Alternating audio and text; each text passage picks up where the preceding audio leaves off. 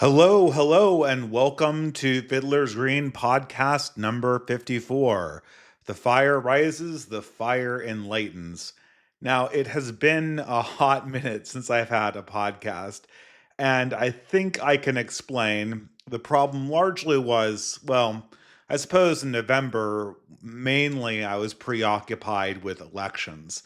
Then we did a series of events that kind of took me out of town, and it was hard to really get back into the spirit of podcasting, which I should be doing pretty much every other week if I'm consistent to my schedule. I'll try to keep it in 2025. That's one of my resolutions. But then, oddly enough, what happened was in December, I just caught this series of kindergarten colds, and I just could not get myself into a position where it felt comfortable to talk for 3 hours. So I kept on putting off and putting off and putting off the time where I'd actually do another proper podcast again. And I think I went through multiple revisions of these. I wanted to do one for a while where I reviewed some of my favorite media products, but there never seems to be really appropriate because every time I fire up one of these podcasts, people want me to talk about the present controversies that are going on Twitter and in the news. And so I had to kind of do a pivot first to talk about reactions to the wildfires in my home state of California, which put me in the mood of a lot of rumination and contemplation. And second, to talk about the ongoing kind of boomer discourse or the H1B discourse that's been basically it's been occupying everyone's mind for over a month. I even did a conference, like a mini dinner talk on this, summarizing some of my tweets that I made going down to California in late December, early January. And it hasn't changed at all. I kind of wanted to touch on that a little bit too. So this is going to be a very disjointed live stream, a very disjointed podcast, I should say. Anyway, um, it's funny because we're also approaching what I would consider to be the 10th anniversary of this channel, and it kind of does indicate a lot of changes. So before I get going on my main topic, if I even have a main topic after all of this, I could go on about how I started the channel, what was going on in my life. So originally I started a blog. I'd injured my back in a weightlifting accident. And I had started a blog to kind of take my mind off the excruciating pain of having all of these ruptured discs. And I had to get surgery for it. And I started a blog, and I was starting a PhD program. It was a very transitional period of my life. And so for a few years, I just had this blog where I put my random opinions about things on the internet, and it went under the name like distributist or data distributist because I was in data sciences. Then, around halfway through that point, I started getting into all of these conversations with atheists. Now, of course, I was an old hat to this game. I had been an atheist myself. I was a frequenter of atheist versus Christian debates on both sides. But I had a few interlocutors in Seattle who I was doing like literal conversations or debates live, and so I started this YouTube channel.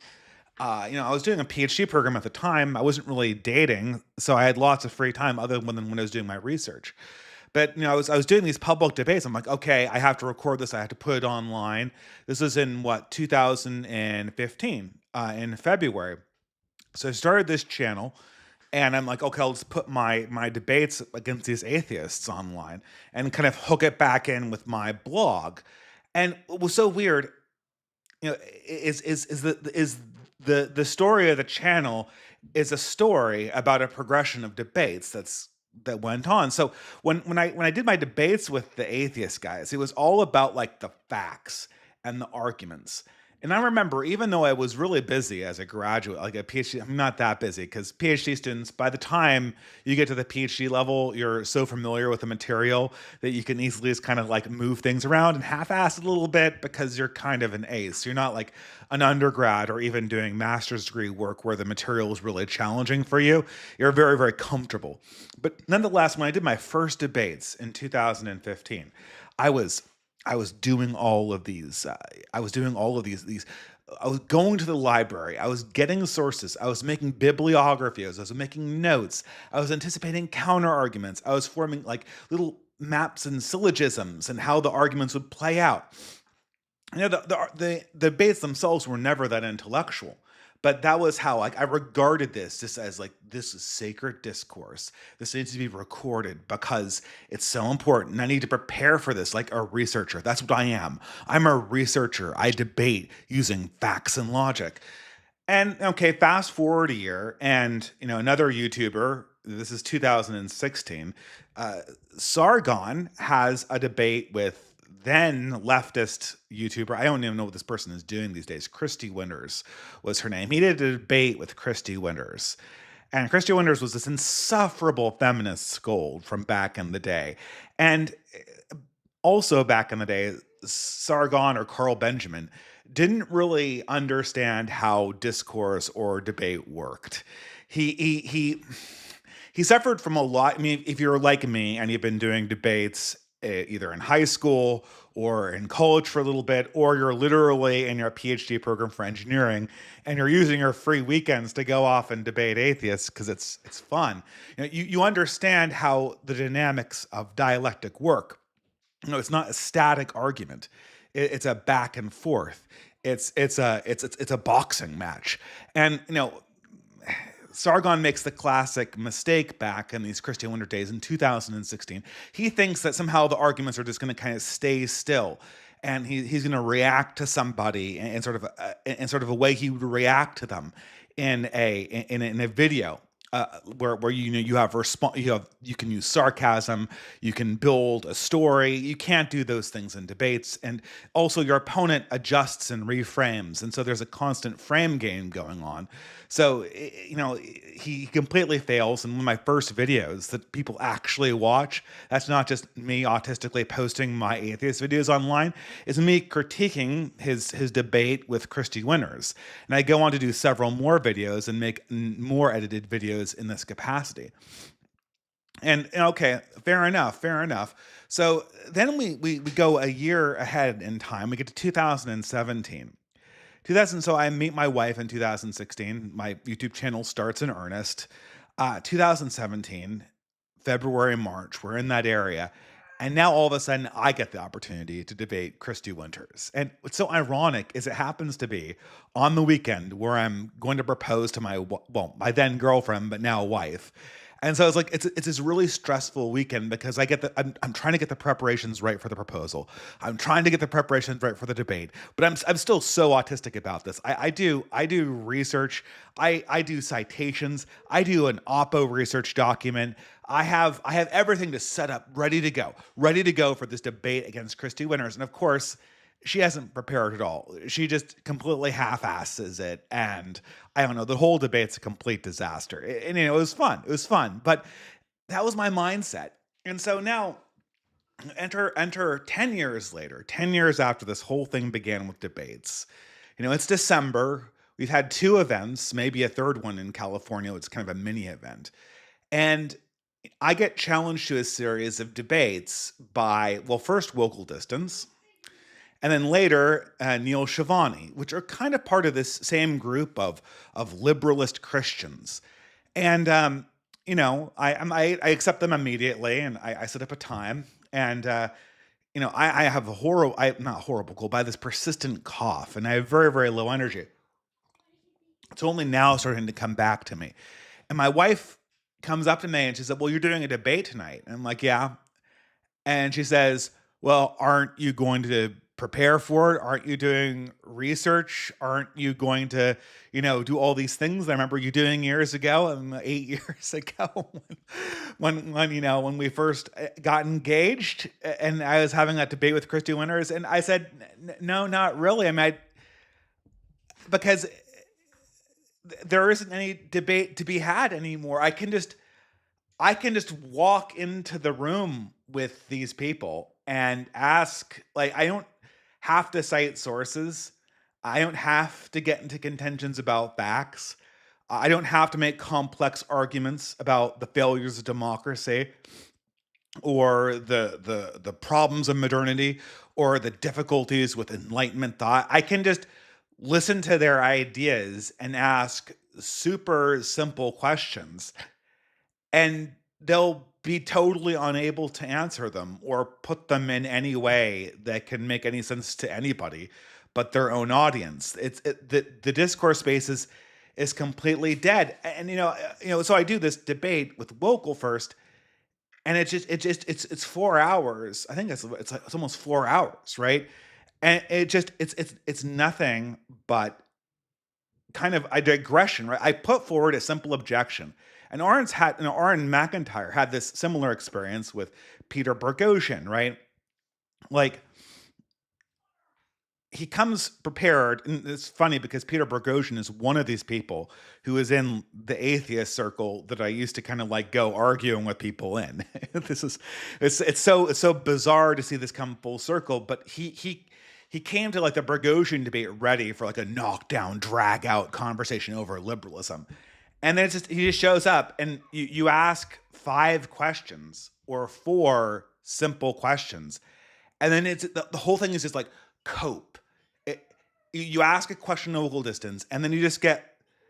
I mean, he's a great guy. He's very sincere. I genuinely appreciate him. I also appreciate the fact that he took the time and came out and debated me. But it, I, to say the fact that I feel incredibly unchallenged in this engagement would be an understatement. I don't prepare for them. I don't think about them. I just show up. I observe the reality that I see in front of my eyes every day, and then I offer that reality to them. And that reality causes like this system error. It causes all of these liberals to spew endless amounts of like verbiage and citations and stories. And it never gets back to answering the original question. And a similar one was going on with Neil Shivani. And Neil Shivani, I think he's a Christian apologist. I'm not exactly sure what his perspective is, but he has this whole. He's one of the people who's in charge of this woke right thing, the woke right. James Lindsay. I don't know if he's really associated with James Lindsay. Again, James Lindsay. Well, I guess there's a group of Christians that have gone all in on this James Lindsay thing, and that itself is kind of a story in itself.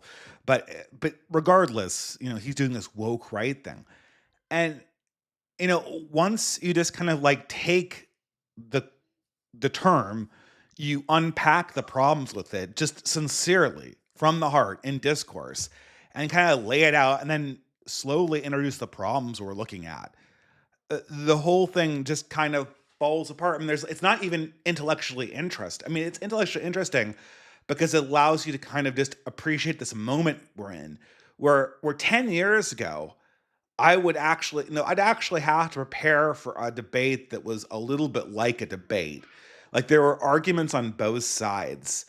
And now all of a sudden it's just like, okay, there are the people who are talking about reality, and then there are the people who are trying to reframe away from it. So I mean, in the Neil Shivani debate, again, great guy, sincere speaker. I'm so glad he came. I can't tell you how refreshing it is to talk to someone who's a sincere believer.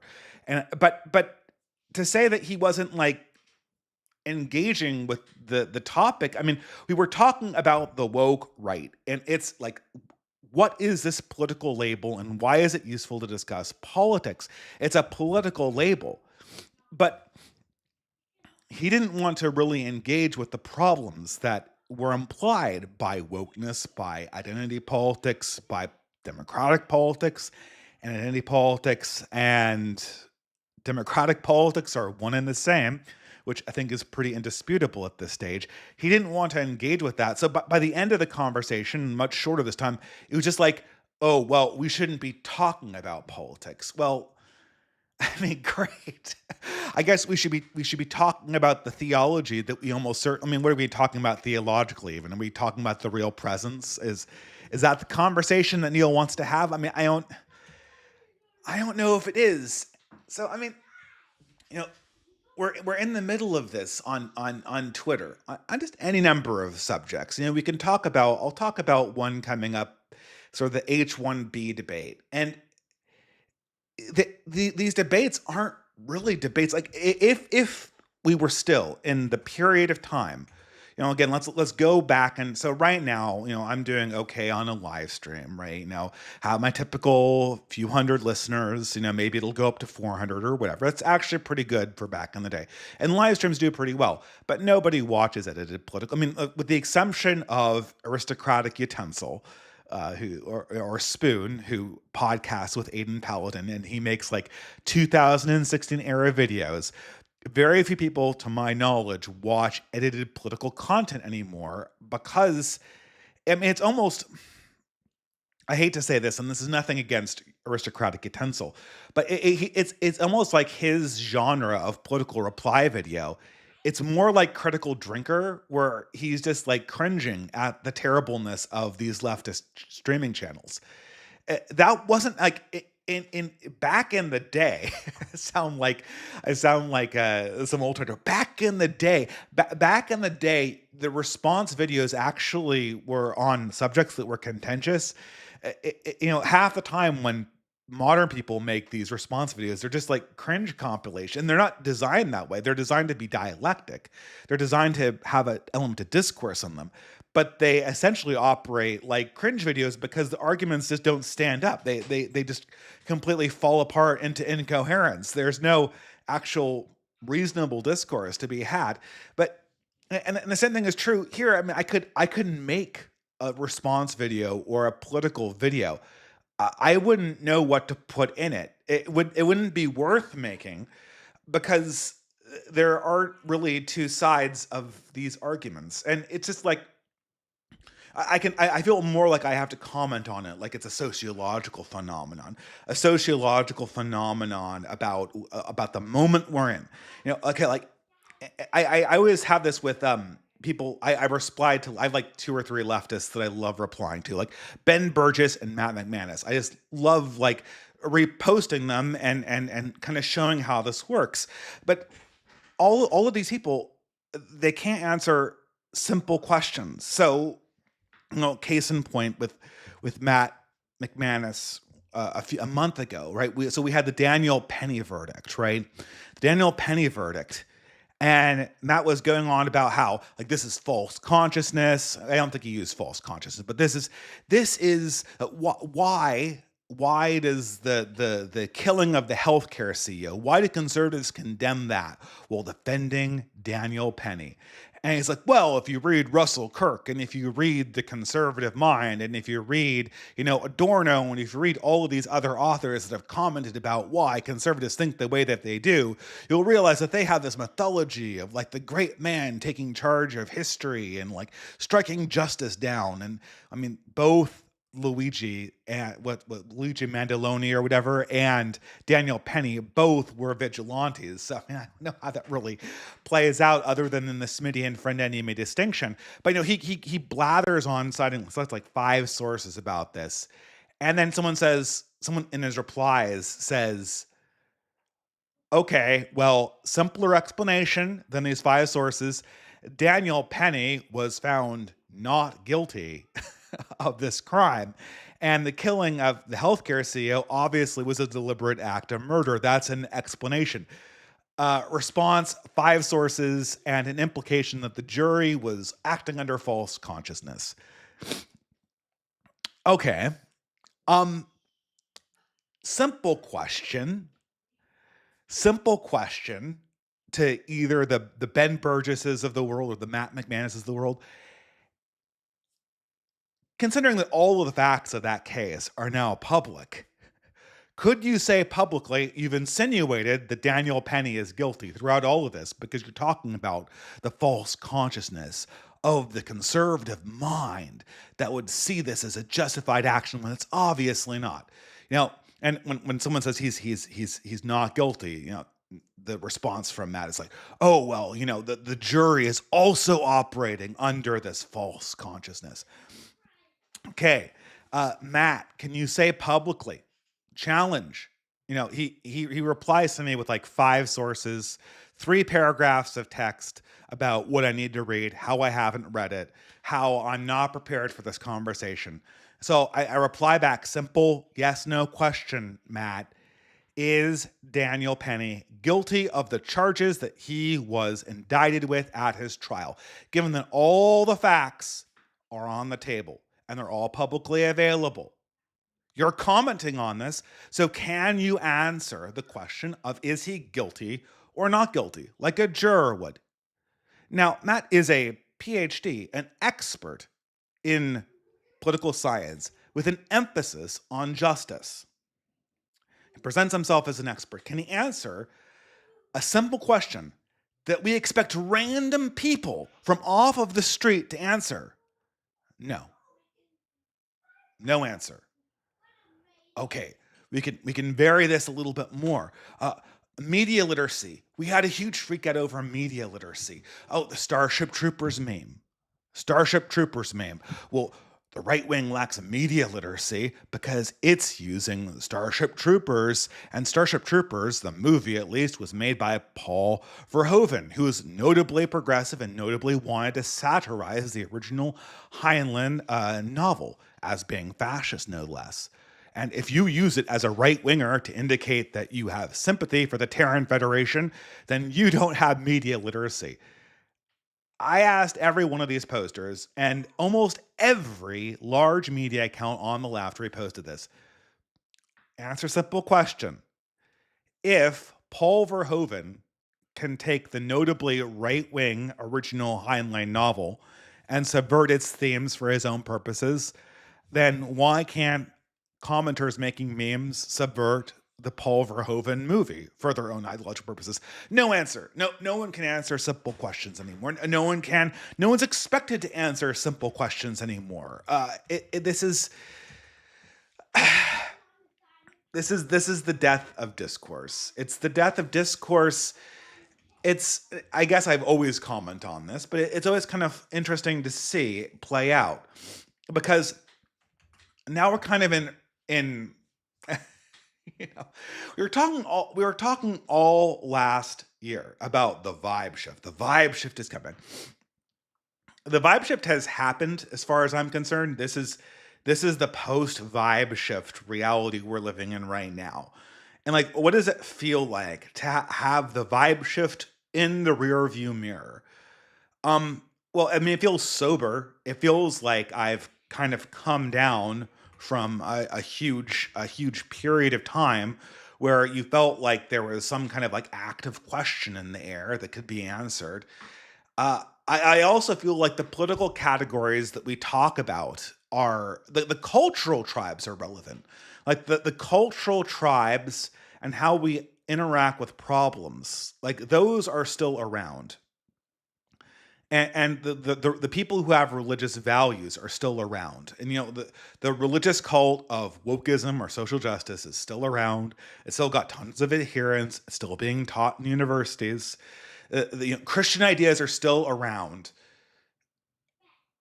Boomer ideas are certainly still around. Libertarian ideas are certainly still around.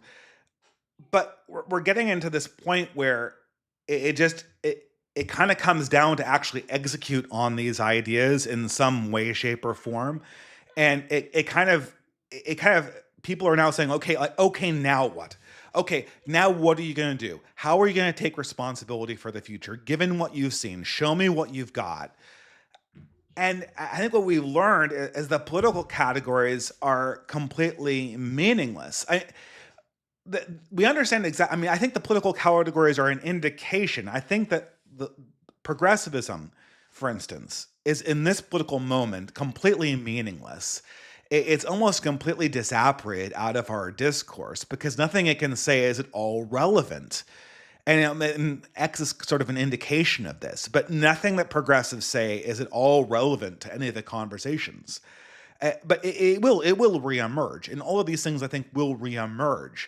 But in this political moment, we're kind of like in this ideological eye of the storm, right? Like, no ideologies really make sense. It's just like, can you interact with reality? And maybe your heart's in the right place, but you're just so delusional you can't see what's right in front of your nose. I mean, I don't want to talk about Wokal or Neil Shivani, but you know talking to both of them and thinking back to my days doing a lot of like apologetics and Christian reading in my own Catholic group back when I started this channel, I think like, man, I know we share the same values deep down.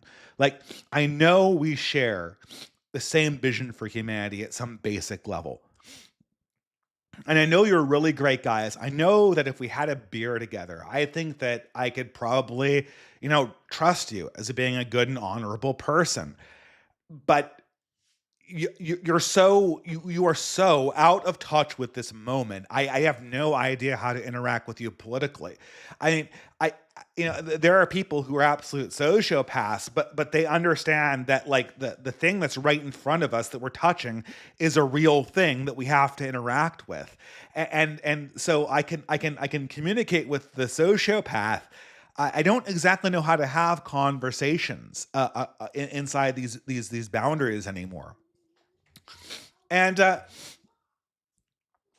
think that a good indication of this is like the H-1B discourse. And I don't want to beat a dead horse because I tweeted about this extensively when I was driving down to California with a head cold. My wife took a lot, since I was sick, my wife took a lot of the driving responsibilities. And there's something I want to do more when I'm sick. I guess this might be a millennial thing, than get into internet disagreements. So I tweeted about the H-1B Christmas debacle all the way down to California. And then I wrote it into an essay, and there's an essay on the Substack if you want to read it. But I mean, like it's so like this is going to be the new dynamic this next year. It's going to be like variations of the H-1B discourse. And there's one going on right now on Twitter that I'll get to in good time if you're patient with me. The H-1B discourse was essentially Elon start. I mean, the least interesting part is the economic part. The least interesting part of the discourse on H-1Bs is how it started. So it was a power play essentially by Elon Musk to show that his brand of Silicon Valley free market ideas, or pseudo free market ideas. SpaceX gets most of its funding from the government, so he'll have to put a big asterisk on that free market thing. But his sort of like pseudo capitalist liberalism 1990s ideology that you see that's popular in Silicon Valley, like this is the dominant force in MAGA. And so I'm going to get one over on the chuds by posting this my presentation's a little bit off center here, by going after this topic of H-1Bs, which is notably very, very popular with the ruling classes and very, very unpopular with the hoi polloi. And what better time to spring this sneak attack than on Christmas, George Washington style? That's sort of the least interesting dimension to it. And what happened to the H-1B visa? What happened to the H-1B visa is that everyone kind of woke up on Christmas Day, or for those of us who are more devout, on Boxing Day, saw this stuff going on and immediately reacted incredibly negatively to it. They reacted negative. Maybe I should give some background because not everyone sort of heard the talk or read the essay or whatever. They reacted negatively to it. And, this is something that's very understandable for someone who was formed by the 90s ideologically, the way that Elon Musk was. In the 1990s, it was understood that there might be some legitimate complaints about immigration, but all of the legitimate complaints about immigration were reframed as issues about skill set and about speaking English. They were all expressed in economic terms. You couldn't make a cultural complaint about immigration. You couldn't make a complaint about immigration that implied that you were trying to protect American jobs. The only objection you could have was that the immigrants were not skilled enough. So the compromise position was like, we're going to do well, depending on where you came from, we're going to do elite immigration, or we're going to do immigration on a point system. So the idea of a point system is that immigrants get assigned points based on their relative merits that we, apply to them. Don't ask if this can be gamed, because that was not for some reason, people who came of age in the 90s didn't understand that you could actually lie to the government on immigration forms. This was just totally inconceivable to Generation X people and boomers in the 90s, that you would lie on a government form for immigration. No one would ever do that. You can never do that. That's impossible. The CIA would kill you. Like, I don't know. If we had drones in the 90s, we would have drone strike them for doing that. That could never, ever happen.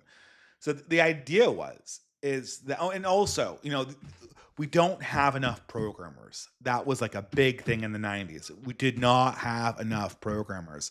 And every young guy, all you need to do is learn how to code, and you'll get like this awesome Silicon Valley job. You might not be rich, but you're going to have a good life, and certainly better than your your boomer parents. My father was a university professor, but I was like, what's a typical profession? Like your dad works in a cell phone store, but you're going to be a programmer. Programmers make way more than salespeople. Think about the typical 1990s dad from that period. I think of Al Bundy from Married with Children. Al Bundy had 2 kids, a house and a wife in the suburbs, and he was drumroll, a shoe salesman at a mall. At a mall. He sold shoes. And your dad might sell shoes in a mall, but you're going to be a computer programmer. But oh no, we don't have enough computer programmers. Japan is going to take over the world. Japan's going to eat our lunch. We have to import more programmers. But come on, how? Computer programming is hard, right?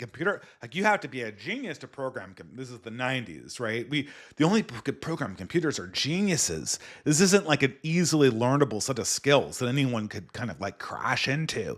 So we have to scour the world for the people who know COBOL and Visual Basic and Fortran and C and and God help us, Lisp. And we're gonna bring them all here, and this will be the basis of Silicon Valley. Okay, fine. And maybe in 1999, that seemed like it made a lot of sense. Fast forward, 25 years now into the future. 25 years later,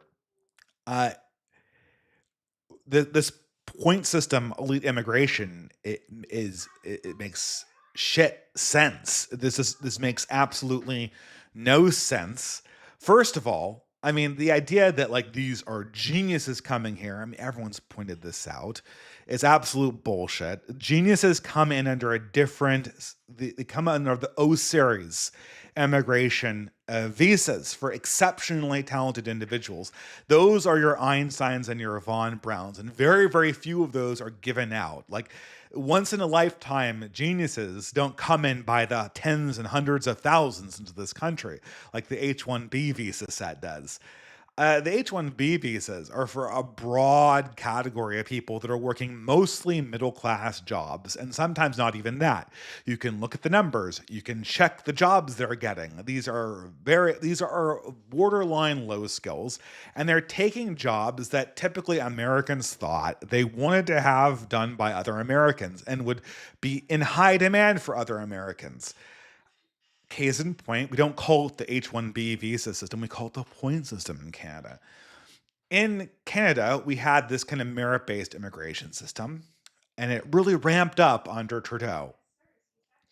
At this stage, and I live in Vancouver Island, at this stage, there has been so much immigration from the subcontinent, from India and Pakistan, that and when I came here initially, for the first time in 2016, going back to the beginning of my channel, when I met my wife here, almost everyone in the shops was sort of like, there were a few Chinese people, but most of them were kind of like old stock Canadians of European descent with some Native American admixture. That was how the whole thing was set up. That's what where people these were jobs. These were like Al Bundy, I work as a shoe salesman job. I come back in 24, every single retail outlet is staffed by Indians, all who have recently emigrated here. Is there a story here? Is where are these jobs going? What's creating new jobs? Who's living here? This makes absolute, and these are all easily doable jobs by natives. This is not a problem.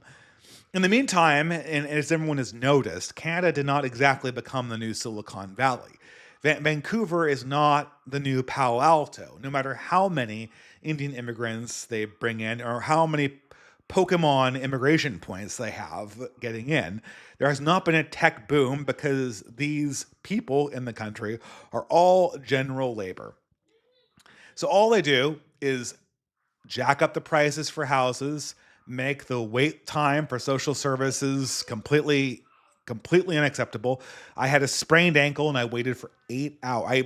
I bulked eventually. I waited for 8 hours. 8 hours was how much I was supposed to wait to get triaged by the doctors in these systems. The housing price is out of control. No one can afford houses.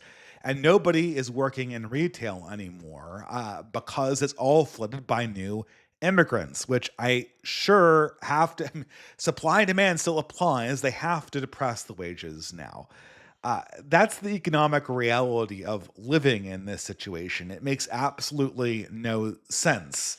That's sort of the boring aspect of it, I guess, if you could put it that way.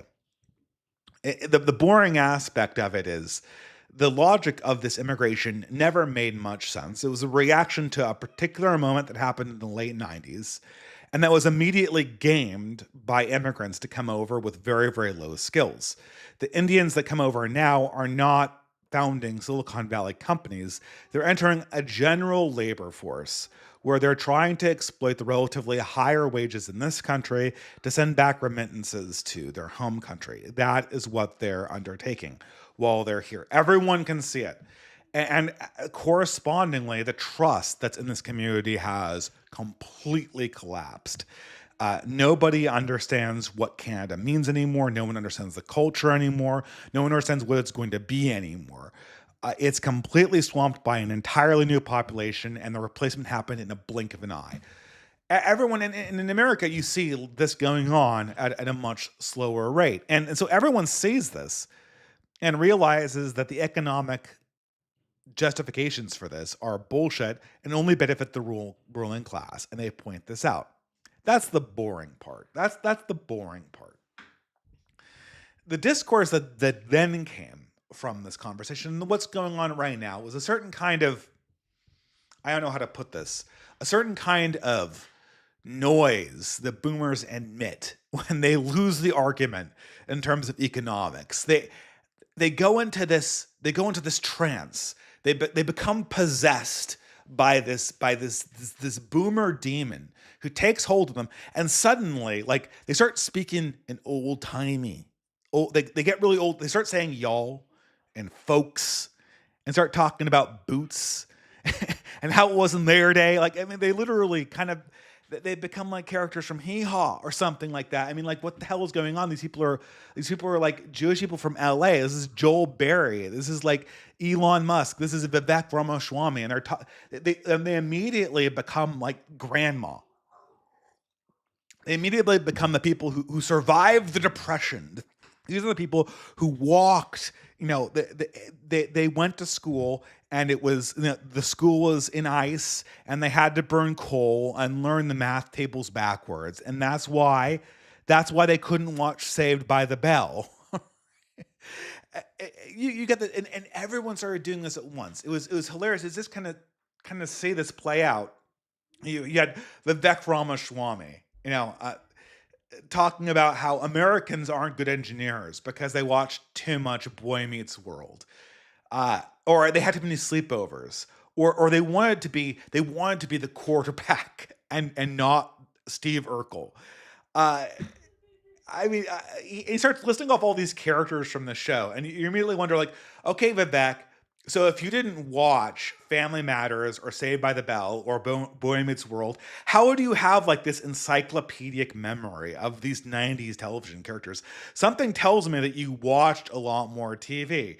And you hear stories about, like, I worked 80 hours a week for 10 hours or something like that. Like, that's what you need to do to beat Ramesh from India. You need to pull up your bootstraps. You need to get your big boy pants on and work 80 hours a week.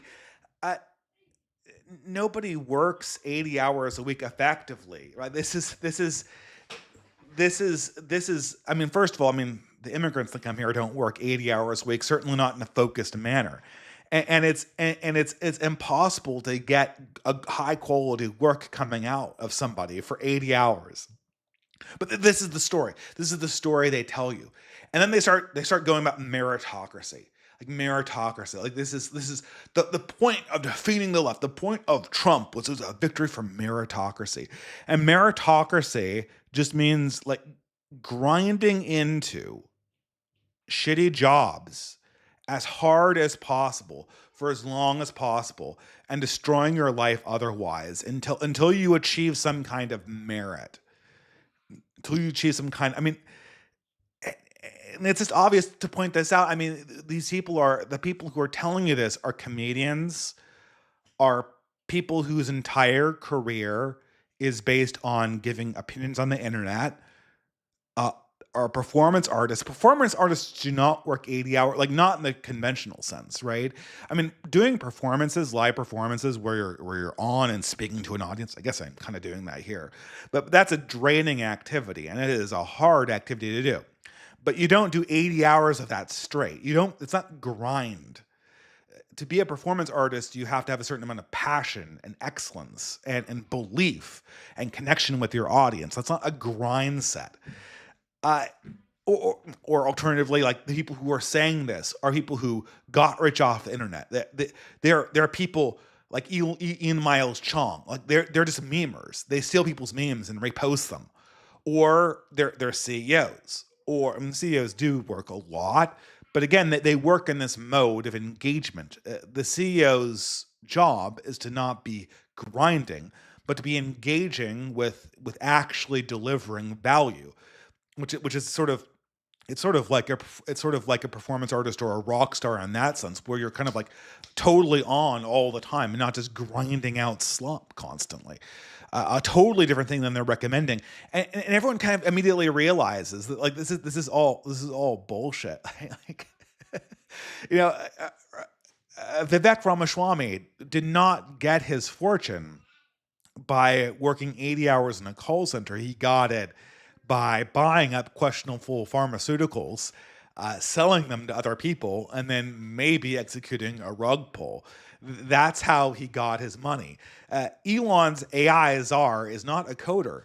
He's a good public communicator. He's a public speaker. He has no like deep understanding of this, and this is true for all of the people in my generation. You know, millennials are a good example, and people frame this as a Zoomer versus Boomer thing. And I noticed a lot of Zoomers lump us millennials in with the boomers. And you know, as somebody who, I guess, you know, I live a comfortable life as a professional slash part-time internet personality, you know, trying to live two lives as it is. And it's not that I'm unaware of what it feels like to grind incredibly long hours. So you're working like 12 hours a day every single day. Like we've had weeks where we've worked 80 hours a week and burnt out. The problem for the millennial generation, and I wouldn't be surprised if this is true for almost everybody, is the time where we've grinded like that. It was incredibly unhealthy. It led to an immediate social burnout, and it didn't even generate any results. Most of that time is spent like grinding and studying and researching. It led to like a few research papers that no one ever read, or it led to like a degree I didn't really use, or it led to like, you know, a product release at the company I was working for that, you know, I quit the company the next year because I was burnt out. And like their internal like little like pat on the back made absolutely no difference. The grind has no correspondence to the position I'm in right now.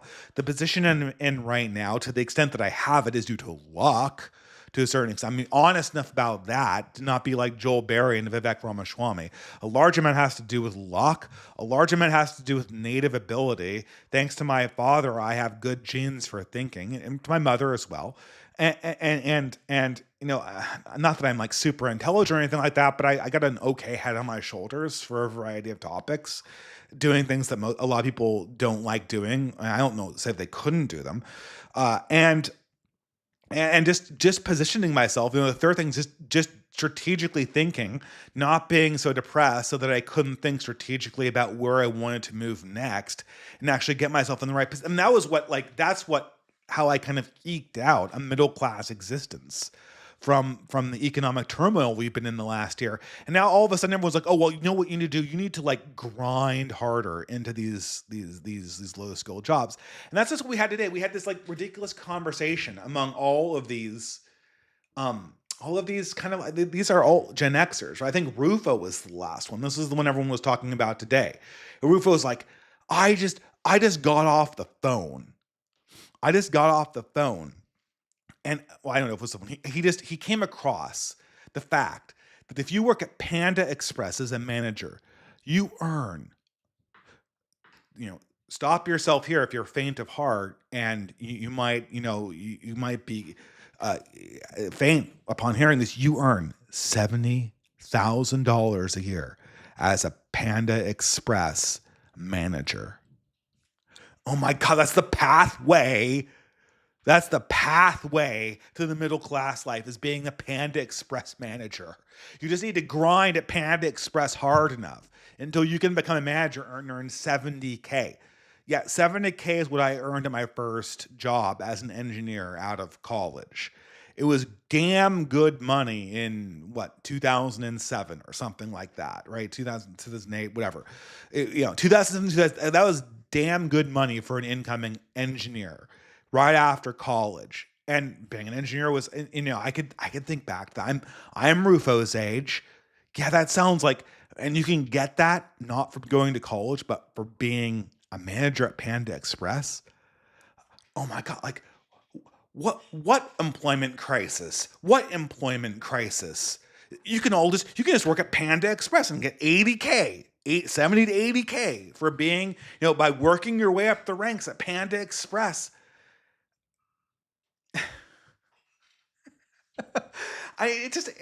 Do I need to go over that? Why this is insane?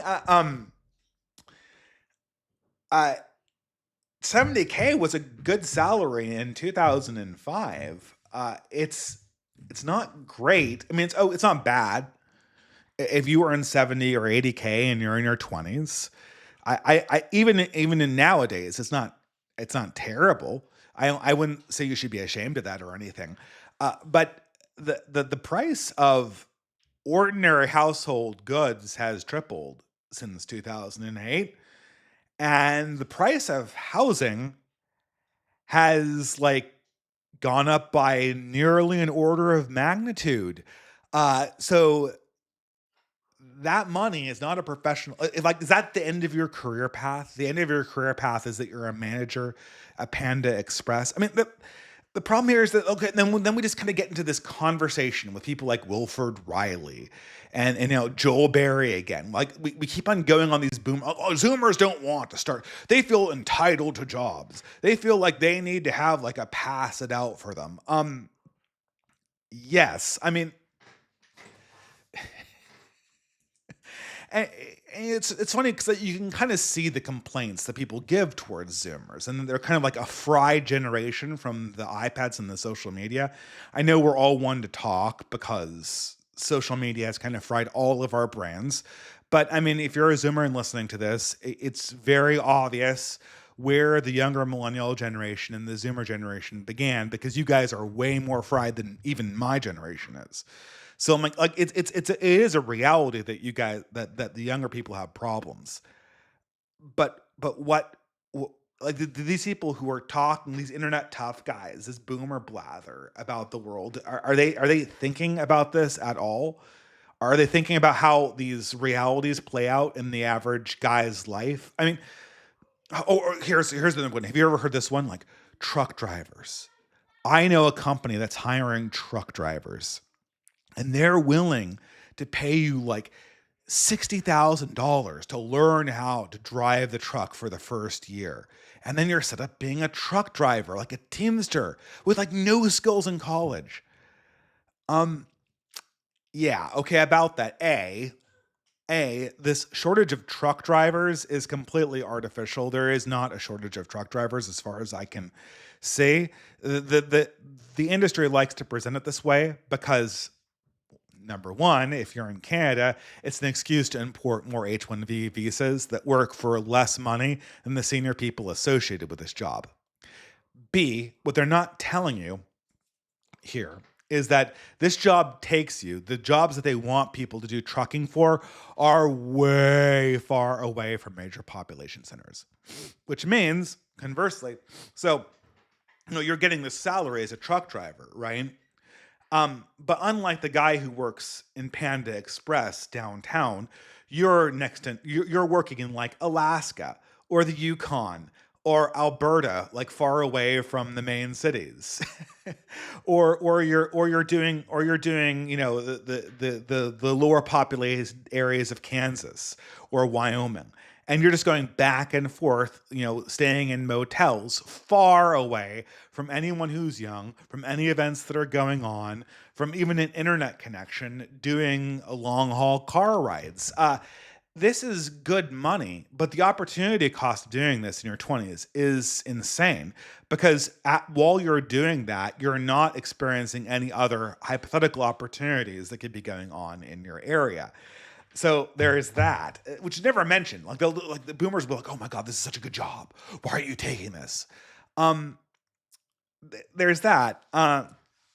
The second thing is, and I don't know why anyone doesn't mention this. Well, I do know why people don't mention this because this isn't a real argument. I mean, people understand that this is where this is going. This is about as real as the woke right thing. Like it's designed to feel good. It's designed to create tweets that feel like you're owning people. But like if I just, again, like I said to my wife, like I could just show up. Like I don't, was it Wilford Riley, that one of the guys who was doing the boomer posting?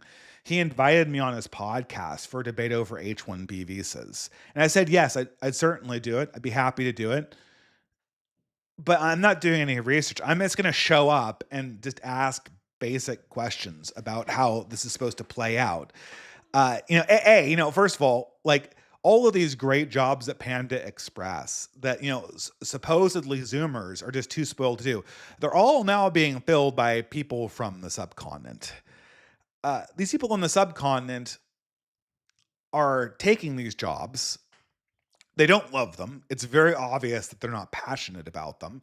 This isn't like Ellis Island or like this guy's like chipper and he still wants to be an American. He still wants to come here. These people are taking these jobs because it provides them high status with their people back at home.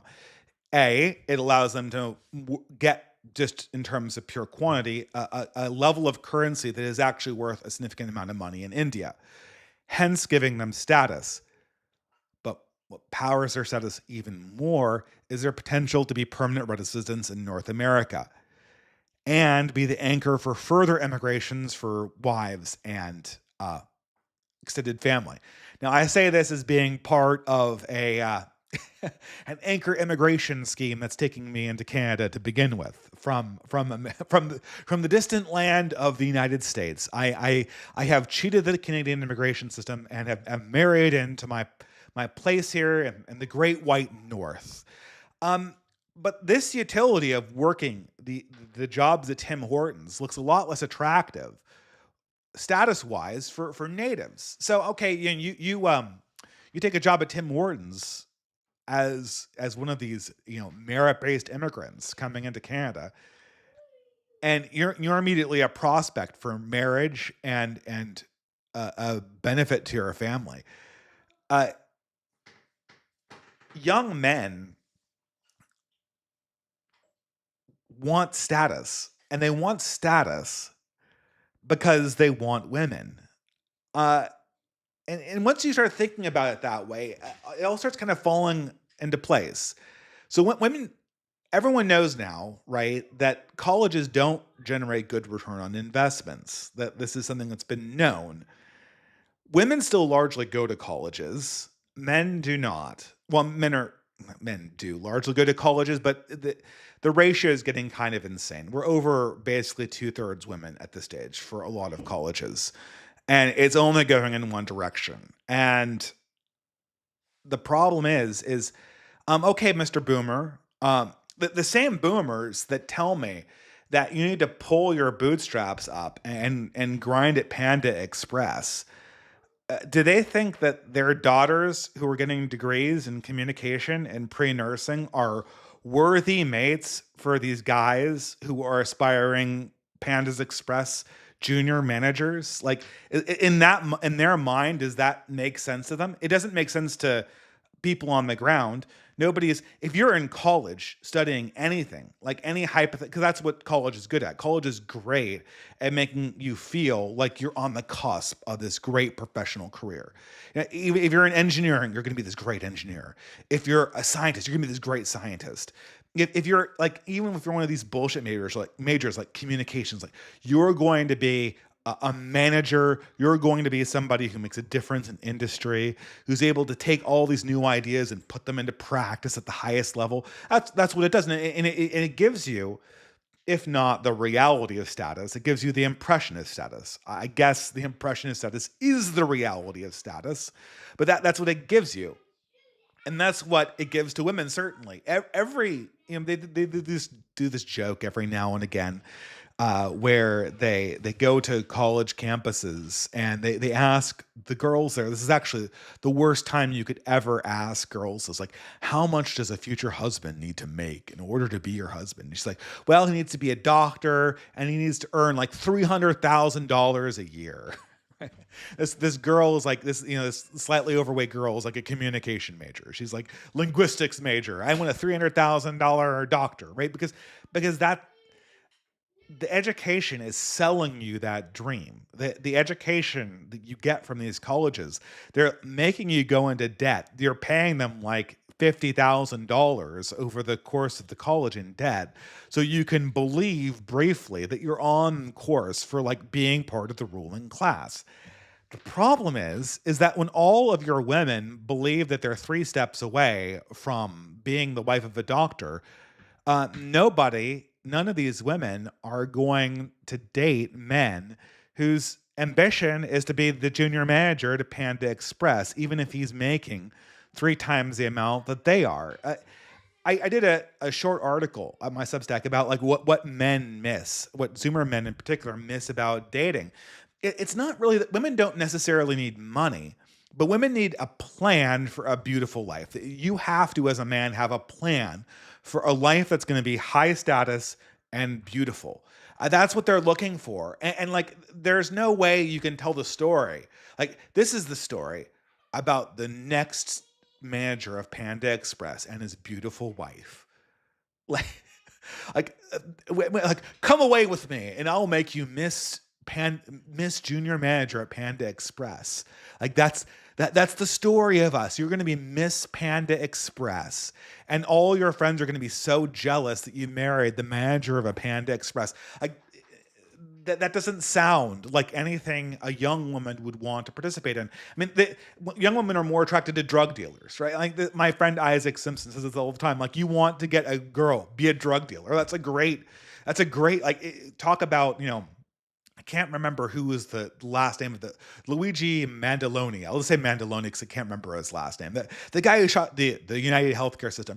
He has all these leftist women who are just like swooning over him. Like, there's multiple like girl porn sites dedicated to this guy who's basically just took psychedelics, drove himself temporarily insane, and murdered someone in cold blood without knowing anything about the guy's life or his complicity in actions that he associates with leading to bad healthcare outcomes in the United States. And as someone who had to, wait 8 hours to get triage at Canadian healthcare, I'm not really exactly sure that the American way is actually killing more people at this stage, because everywhere is packed. It's impossible to get service here. But that's notwithstanding. The point is that Luigi Mandaloni is high status in the minds of these women. He's high status because he's got a story. Like, that act has created a story about him. Every cocaine dealer, and I don't know if anyone ever, maybe I'm like, I'm in this weird position. I think this is something that like really only, I don't want to be like an idiotic Californian and be presumptive here, but I was like a really nerdy math guy. And I still knew like a bunch of guys who, sold drugs and psychedelics and even harder stuff, all throughout college and in my professional life. And, or I guess the beginning of my professional life, not so much when I got a little higher, but like, and so like, but if you've hung around, in the Bay, I'm sure everyone in the Bay Area who does like nerdy stuff is like me. But I think this might be a little bit more unusual if you come from like, I don't know, if you're from Utah, right? Because I think then there's more of a segregation of drug use and like math. Um, but every single drug dealer had like a great story about himself. Like everyone wanted to come to their parties. They always had a lot of extra cash on the weekend. They always had a plan. Like even if they were going absolutely nowhere, even if they were getting high on their own supply. I mean, there are some drug dealers that are very disciplined, but half of them are like getting high on their own supply. They're obviously going down in flames, but they're able to tell like this beautiful story about like, girl, after I blow this crummy little town, I'm gonna like buy some land and do farming, and then we're gonna go into business for ourselves, and we're gonna dominate. Like we're gonna open up all of these businesses, and I'm gonna rule the world. I'm gonna rule this entire area of California one day. And girls just go nuts for that because this is a great story about even if it even and he has the cash on the barrel to prove it. Um, and telling a good story about yourself is one of the key things to attract women. There's no good story about Panda Express, and if you're doing truck driving in Saskatchewan or Manitoba or Newfoundland or northern Newfoundland or Newfoundland, like you're not going to be meeting many girls. You're not going to be seeing lots of interesting opportunities.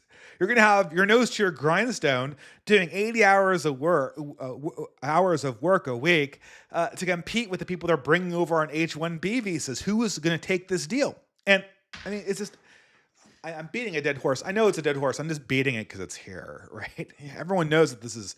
Everyone knows that this is blather, right? Everyone knows that this is a mode that boomers like speaking in because it allows them to talk and pontificate and bloviate about how they're on top of the world. And so, but I can't remember who pointed this out, but it was sort of the best thought experiment, right? About this whole thing. Right now, Rufo is in the process of, half of these other guys like Joel Berry and, the evangelical wife, pardon me, I almost muted myself there. The evangelical wife guy brigade and all of these guys, they're all going online.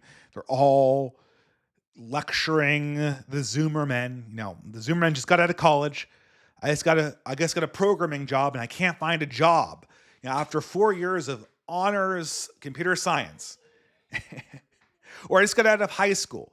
I got like a high SAT score and near 4.0. I'm a really bright guy. And you have Rufo going, all right, bucko, well, now you need to buckle down and go start working at Subway sandwiches for minimum wage. And you got to grind out 80 hours a week and climb to the top. You gotta go off to Wisconsin and drive big rig trucks far away from any other young people or opportunities or intellectual life.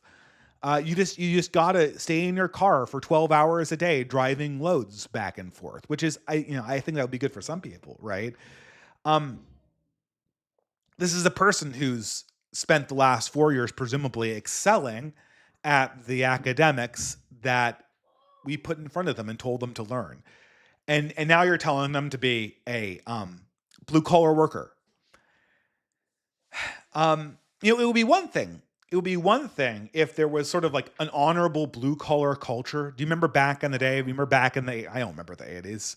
The 80s were, me being a toddler. But, I am aware of the shadow of the 80s, and I'm aware that in the 80s, there was this image of like the heroic blue collar worker, like the blue collar worker, like Bruce Springsteen and Billy Joel. Like they were constantly pretend. I don't know. I think Bruce Springsteen actually might have been like, had a blue collar background. I'm pretty sure Billy Joel did not.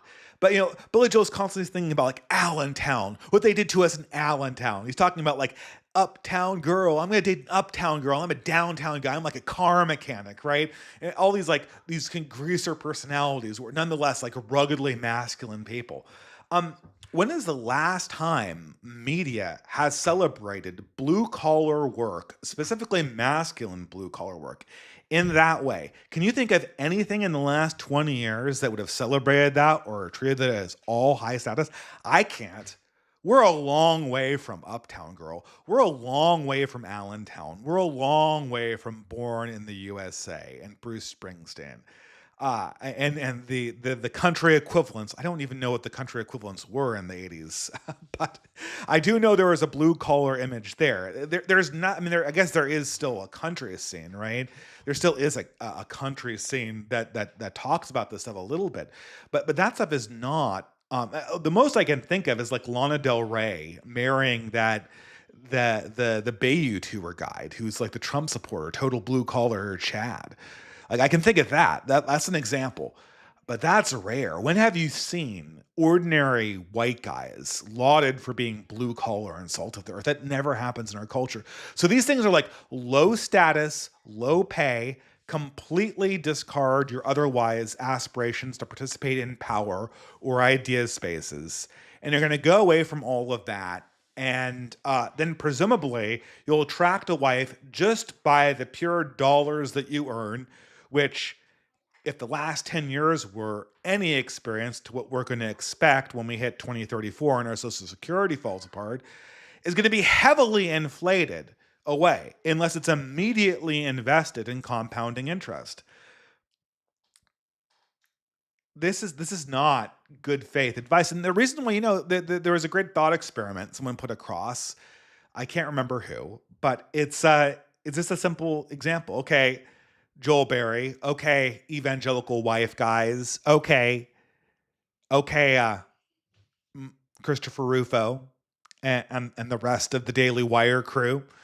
Your daughter just graduated from high school, valedictorian, 1,400 on her SATs, top 90%. And she gets through college, blows away an engineering career, great coder, praised by all of her teachers, multiple scholarships, member of Tau Beta Pi, an engineering honor society. She comes to you the next day. Daddy, what should I do?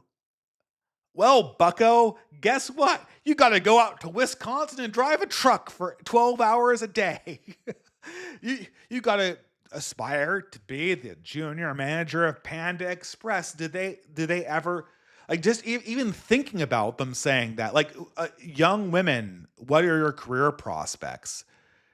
Your career prospects are fast food and trucking. And even if the girl got a job I think it's a little easier for conservatives, right? Because oftentimes what's more likely for these women is they get jobs.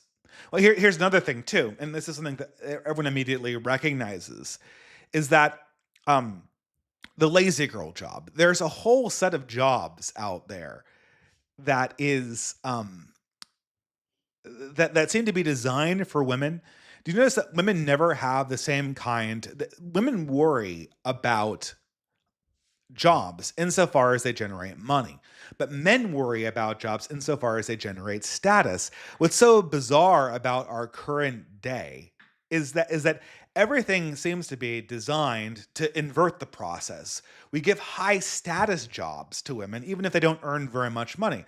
So typical is like the lazy girl job. Everyone knows this from TikTok, which is apparently about to be banned. Or maybe. I don't know if I necessarily believe that yet, but like the TikTok lazy girl. This is my job at corporate thing. I get in at 8 o'clock. I have a samosa. I send an email. I have a samosa. I send an email. Then we have a lunch. Then we have an all hands meeting. Then I go to the bar. Then we have a team builder. Then I go to the bar and have a samosa. That's my day. It's like, send 3 emails, go to a meeting, and attend and have a team building exercise. Like that's the job, right?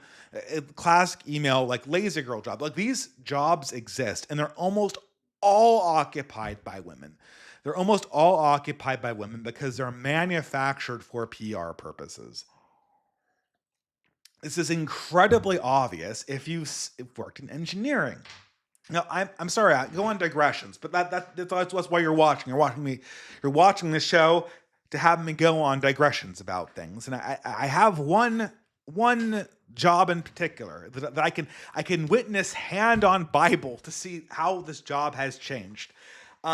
It's not a job that has a very fancy. It's 2 letters, PM, PM. The job called PM, one of the most central jobs that I've had in my career, engineering, from factories to code management to working in architecture. PMs. They're in the military. They're in Silicon Valley. They're in the steel factories, right? And what is a PM? PM's a project manager. Project manager. Let's see how this job changed over the course of my time as an engineer. When I started, I'm not going to name the company, but I had lots of jobs. But one of the first ones where I really remember my PM, because usually as a junior engineer, you work under a PM, under a project manager. The project manager makes it so that all of the various tasks that need to happen in order for the project to be completed happen in a way that does not disrupt the budget or the time frame for the project to get going. The first PM I knew we worked in a fab, a clean room, so manufacturing for semiconductors. And I was working as an IE, an industrial engineer. So I was responsible for the layout and the routing for the tools that we installed. And we had like an electrician, an architect, a PM, and am I missing anything? I think every now and again there are special people for things like acid and etch operations and stuff like that had to be brought in as consultants on the group meetings. And this PM was like fucking MacGyver. Like he had degrees, but that was sort of immaterial because he'd worked in the military and then he'd worked on doing electronics everywhere. He'd worked in setting up music events, in studios, in building buildings, in building his own house. He knew how to. He was a contractor. He did construction on the side. He knew how to weld. He knew how to install piping. He knew how to do electronics. He also knew electronic engineering. He also knew computer engineering. He also knew mechanical engineering. He also knew industrial engineering. I didn't know anything this guy did. This guy was just there to make, like, I was basically there to pick up on his slack. Like, he could have done my job easily. And I was just there to make sure that, like, he didn't have to do all the work. And if I didn't do it, he would do it. And I always remember that one time I had a dentist appointment, and I come in like an hour late. My PM's right there. He's like waiting at the door for me. He's like, "Are you keeping banking hours now? We need to get out to the factory right now. Come on, what are you waiting for? Let's go. There's a tool that needs to come in. Go. That was this guy. That was what project managers were. In the old world, that's what they were. I mean, and it's not hard to see how this comes about. This is somebody who's ex-military. And this is essentially, the PM was the classic ex-military job, and you can see why, because hustle was like a large part of it. These days, I work in software. Typical Zoom meeting has about 20 people on it. 20 people. I am one of 3 people, and this is a completely software project. I'm one of 3 people that actually touches the code or knows the mathematics or does anything having to do with the actual like value adds on the project? There's about a gender ratio. There's about 12 women and 10 men, I would say. So it's more women than men. All of the people who touch the code are men, and unless I'm forgetting somebody. And the rest of them are stakeholders, PMs. They're all various people who are like tracking our tasks and pushing us forward. And I have my own PM who's an engineer who I really respect, but all the other ones are just kind of like tracking the task on their end and pushing it forward and emailing interested parties. Uh, this seems incredibly artificial to me, and I can't help but notice how the role has changed as the role of PM has become more female. It's incredibly remarkable, and it's impossible to not notice this. Yeah, someone says 20 people is way too many.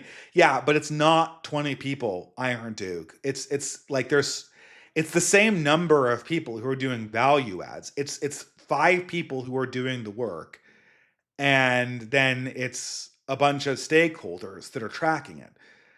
Um, these sort of female jobs inside the corporate apparatus feel very artificial to me. And I'm not saying they aren't good people or they aren't productive in their own way. Uh, but but it just kind of shows you, and they all are sort of designed for women. Like the jobs somehow are designed for women. And so you have this bizarre thing where you have the typical kind of like email girl job that it doesn't earn much money, but what it does do more than anything else is it puts you in a position where it feels like you're responsible for things. Like you have people who are under you. You have status. You're doing something that's like pushing things forward. That's developing things. Even if you don't touch the product at all, you have status doing it. And and this is totally insane because that's exactly is a PM gonna feel sad? Is a woman PM gonna feel satisfied marrying the junior manager at Panda Express, even if the junior manager at Panda Express earns slightly more money than she does? Like, what's the future of that? Like, what's the future of this? And no one actually. And this is why I say the whole thing is kind of ridiculous. The whole perspective that we're taking here is does anyone actually think about this for a second? Like they wouldn't tell this to their daughter. They wouldn't want this for the son. They just want to like kind of blather about these things, like, oh, pull yourself up by the bootstraps, and then keep the party going. Um, this kind of puts me back to the point where I was going to begin this talk about the California fires. Now, I'm working on an essay about this that was originally going to be for Sargon's publication, The Islander. I'm super, super late on it because I was sick, and we'll see if he's still interested in taking it. But if not, I'll publish it on my Substack. Um, I'm bad at deadlines because I have to fit all of these things in after my wage cut job that I've spent too long talking about. Um, but the fires did kind of put me in this place where I was just incredibly angry at, like, I was seeing them happen. And so, I mean, I don't know, people maybe need some background on this. I mean, California has always been a place that's been very vulnerable to fires. It's a very dry state. 90% of it, I mean, I don't know, but like, not, I can't do percentages, but vast swaths of California are technically desert in terms of rainfall. They get virtually no rainfall, and there's still a lot of vegetation. And what happens is that means that there's an enormous amount of dry brush constantly around. And so there's a constant debate in the state about what to do about fires. And the problem is that it's gotten to the point when I was living in California a few years ago, there was a huge fire. Like it was so bad that the sky just turned red for 2 or 3 straight weeks. Like the sun was red and like you couldn't breathe the air. You had to run the AC just to kind of get the soot out of the air and close all the windows and buy filters. And it was nuts. It was that because everywhere was just burning all around, all around. And that's, I guess you could say, oh well, that's the environment of California. It's an overpopulated state in some ways. But at some point, California fire agencies or insurance agencies stopped insuring houses for fire. They're trying everything in there, and this is back and forth thing. What happens is there's way more. Every single fire in California is a black swan event for insurance schemes. So if you're unfamiliar with Nassim Nicholas Taleb or statistics generally, black swan events are unusual events that are unpredictable, but that are so large that they upset the entire system. So basically, what we might call an outlier, but we would also call a fat tail outlier, right? Outliers occur and they can be ignored without mischaracterizing the quality of the event overall, right? Like you can remove the outlier and be like, okay, I'm safe, right? Because the outlier is not going to happen, and if it does happen, it will be more or less overwhelmed by like the average behavior of the system. But in fat tail distributions where the edges of the curve are higher in terms of probability and go out longer, um, essentially the outliers are something. Like you can't rely on the average to bring you back to sanity. The cost of the uncommon event will swamp the ordinary behavior of the system. So I do this for my students in statistics, where we have distributions. And distributions have expected values or averages. Bat-tail distributions have infinity as the average because the outliers are so large you cannot properly characterize a average. It is impossible. Or some bat-tailed distributions do. I forget the exact definition. But the thing is with the insurance is that they can't profitably sell fire insurance at a price that anyone can afford it in California. So there's this cat and mouse game where California tries to mandate that they sell insurance, and then the insurance companies do everything in their power to get out of selling it because it will literally bankrupt them. And some of them do go bankrupt selling it, or the individual branches do. And then so if you're in California and you catch the wrong side of one of those games of cat and mouses, you might not have fire insurance because it's very, very difficult to sell fire insurance there. And they keep on trying to drop it from more and more places.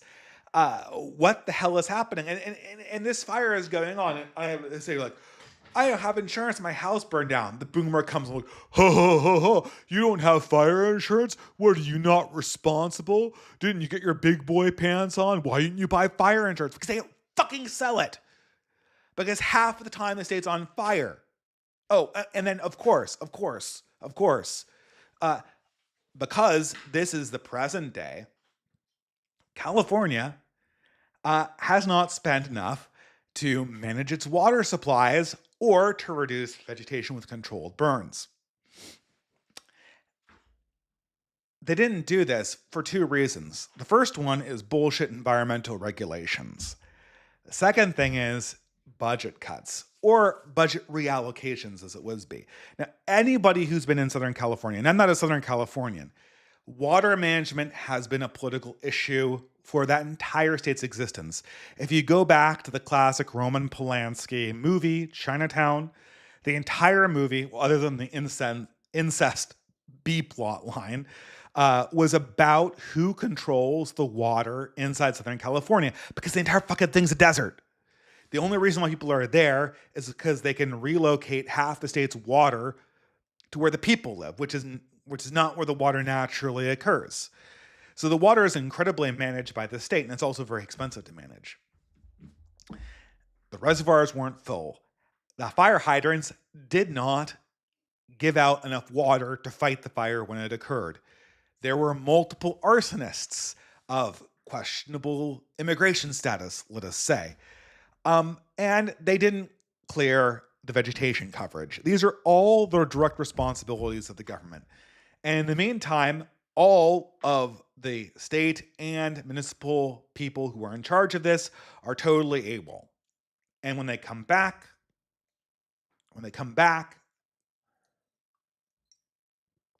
they have a solution to the problem.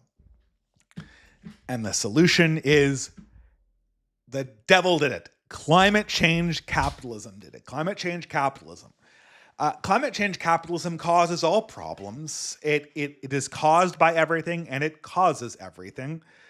So the reason why we have these fires is, even though the Democrat Party manages everything in the state, it's because we have too much climate change. Now, California, instead of doing all that other stuff about water and vegetation clearance and preparedness and reducing the density of the city's population, which would have also helped, and immigration control and crime control. I could just go on and on and on and on and on and on about the things that the state needed to spend money on. It spent billions and billions and billions and billions and billions and billions of dollars on high-speed rail, because high-speed rail fights climate change. We started this project in 2006, right when I was finishing up college. 2006, we spent billions, and we spent another billion or 10 billion, and there's no high-speed rail at all because they can't build it, because every single place they build, they run into a lawsuit or some environmental regulation or something. And so now a tiny bit of track has been built for this high-speed rail. And we've just spent $20 billion on climate change to the extent that none of our basic services work anymore. Taxes are insane, and it's climate change's fault. That's the excuse for all government. It's climate change's fault. You could just keep on going. Like, you could iterate endlessly. You could iterate endlessly on this theme of climate change. You could never get to any kind of productive or useful government. You can, okay, I want, how much do I have to get taxed? And I guess I am paying taxes to California this year. How much do I have to get taxed to have my state get adequate fire service? Like, everything else gets paid for, and then afterwards, like, if they have any money left over, they will police criminals and make it so the state doesn't burn down after they get done with all of their progressive boondoggle projects. Yeah, that's perfect. Great. And oh no, we want crime enforced. Well, we can't fix crime because of capitalism and climate change. I want the drug problem addressed. Well, we can't address the drug problem because capitalism and climate change. I'm sorry, the family formations are falling apart. Well, we can't address that because of capitalism and climate change. And the way you fight capitalism and climate change is you get more and more and more and more of your money to these failing government bureaucracies. And then when they fail, they blame it on climate change, and you give them more money, and it goes to their friends. And it's like, this is the line of the entire left. Like, the entire left. You've got my boomers in one ear yelling about how people shouldn't have built their houses in LA because they should have known it would have burst into an inferno, and how they should have bought fire insurance in areas that very well might not sell it. And then on my left ear, I've got fucking millenarian leftists telling me how this is because, like, Gaia got angry, and because there's been a 1 degree temperature increase worldwide in the last 50 years, and the sea levels have gone up 2 inches.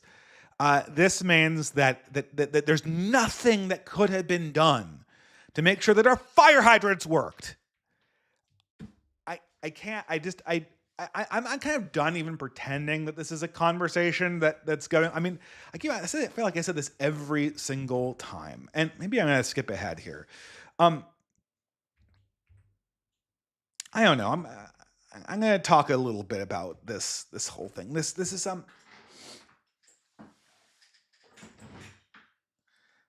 well, I don't know who do I want to get into complain. I'm more ready to go on to this one. Um, this is relevant because we get to sort of the groups that are forming up. So I guess there was a question that appeared in my mind, and that is like what are we doing? Who are the adults in the room? Who are the actual adults in the room? And I mean, like the thing is, look, there are adults that can think, or at one point, boomers were adults. They took responsibility over these things. But when the boomers got old, they decided that they'd bequeath all of their legacy to people who were just interested in kind of blathering, like blathering for a living, like creating endless controversies that never went anywhere. And the second anything actually would change, they would immediately kind of react against it. So, like the left, we can't fire the California government because climate change. It's the people who burned to death's problem for not buying fire insurance. That's where we are. Case in point, local distance and the rest of the James Lindsay crew. Um, so we they won. We won. The non-progressive side won an election. Now they're convinced this means the '90s are back. I think people think that I'm being pejorative when I say that, but just for the last week, since last month, since I had my debate with Local Distance, all he's been doing is going around like liberalism won, we won, like everything is fixed now, guys. Like liberalism is now wokeism is dead. Wokeism is God. It's comeuppance. Uh, Wokeism or progressivism still controls the entirety of the education system. It's like, oh no, it doesn't matter. It doesn't matter. They lost the election. They lost the election. Everyone can see now that it's a fraud. The real world shows that wokeism is a fraud. Yeah, local, but they're being educated to believe it. That's where the new managerial class comes from. If you are going to promote people into positions of power over, say, the California government, you start promoting them internally, which means that all of those lazy girls who went through the social justice programming at Berkeley and are working as PMs in the California government all of a sudden get direct control over California fire policy. And what do they believe? They believe in fucking wokeness because that's what you fucking taught them. Oh, no, no, no, no, no, no, no. Everyone can see that it's wrong. The real world will teach them. As long as we de-brainwash them. Well, they're already getting brainwashing. Local says, but brainwashing doesn't work. People aren't given their opinions. People develop them through dialectics and discourse and argument. And so now you have half of these guys going around shouting about how propaganda doesn't work. What the fuck have you been looking at for the last 100 years? With modern media systems, propaganda works for most people at IQ levels that are below like 120. It works on people with higher IQ levels too, just to a little bit lesser extent. And the people who you're graduating, who you're pushing through these systems to be the inheritors of your leadership, because it's all done internally. And apparently you sent all of your young men off to work at Panda Express and, the Teamsters. I'm sure that'll put them right in line to take over the government. That's what you do, right? Like all your young conservative men just have to work at Panda Express. And so then when California comes back to its senses and it sees that all of the woke women they put in charge of administrating the state are nuts, they can hire the next fire marshal from Panda fucking Express. Yeah. So now all of the James Lindsay vocal distance people are going on about how propaganda doesn't work. that's that's the hill they're dying on. The hill they're dying on is propaganda doesn't work. Um, meanwhile, our Christian leaders, our Christian evangelical leaders, are wondering. They're wondering why all of a sudden the young men are following Andrew Tate.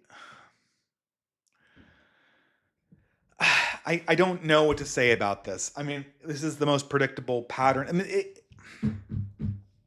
again, like if any one of these people just had me in conversation, and so you have kind of like these blathering platitudes about how you have pastors, and they'll say things like Andrew Tate is like disgusting, like creepy guy who's a pimp, and he has women like work under him, and it's just so disgusting. And real men respect women. And if you're a young guy who thinks Andrew Tate is cool, like you're disgusting too. You'll never know true manhood. And I mean, I kind of agree that, but I agree that Andrew Tate is a horrible grifter and a horrible influence on young men. And I'm not going to comment on Nick Fuentes, but I'm sure that the pastors would have similar complaints about him. Um, these guys never stop and think about why these young men are looking towards Andrew Tate. It's not. I mean, I just don't. I don't even understand how you could be so out of touch. You can't dissuade young men for like okay, like so Andrew Tate. He's a pimp. Okay, hip hop's made pimps cool. He's a materialist. Where our culture says materialism is cool, and has provided no other avenues outside of materialism to demonstrate your manhood. There's no like I never seen. When's the last time you saw like a mendicant monk be presented as something that was like an actually good thing, like like Thomas Merton. Thomas Merton used to be a huge character back in the 50s and 60s. And he was a Trappist monk. I read his book. Now, I know a lot of people think that he was kind of I don't want to say a fraud, a bit of a showman, right? And so I know I don't want to comment on that, but the fact that he was a prominent character means that we understood what it meant to have values outside of the material. Modern men and modern evangelicals have no understanding of that.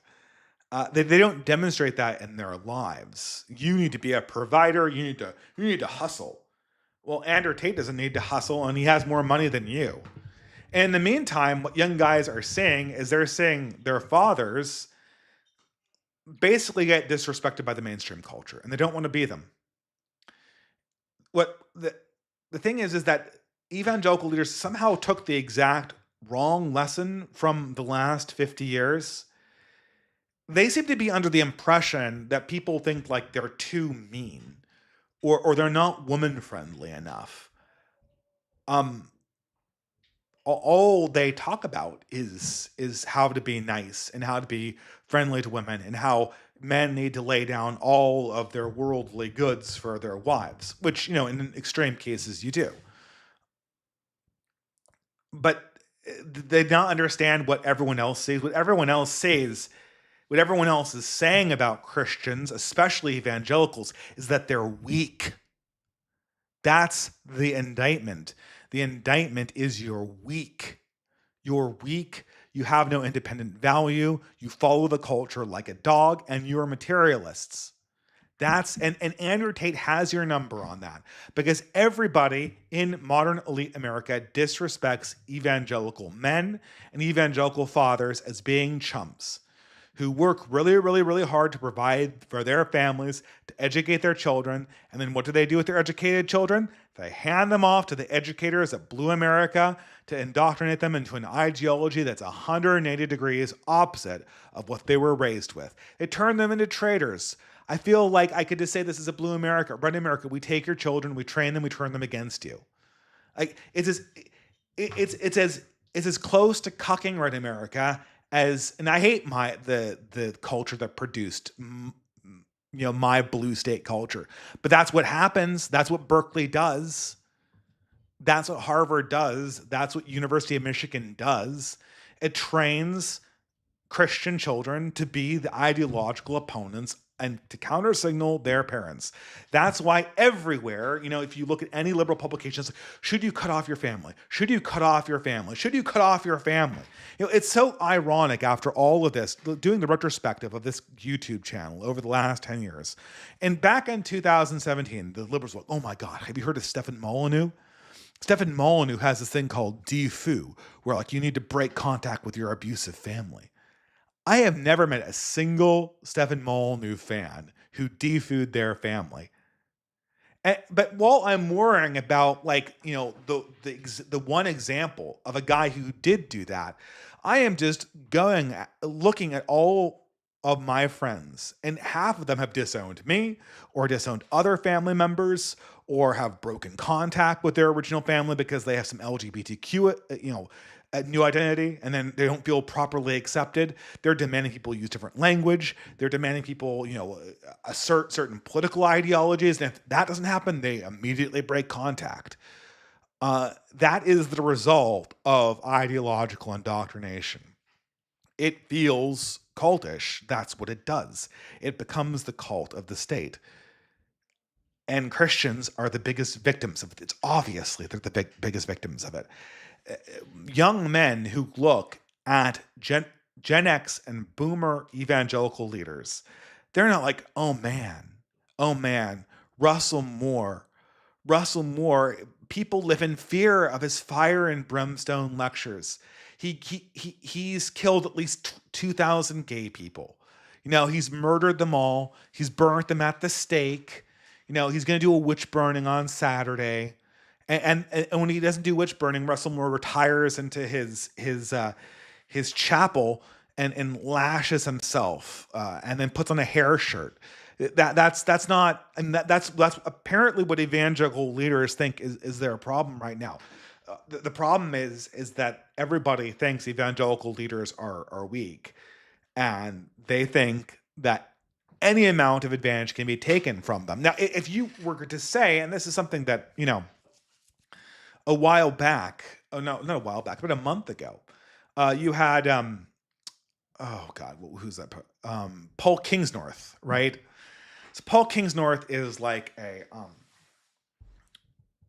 I kind of feel controversial about this person. He's a ex-atheist turned Christian, and he had this very controversial lecture in First Things.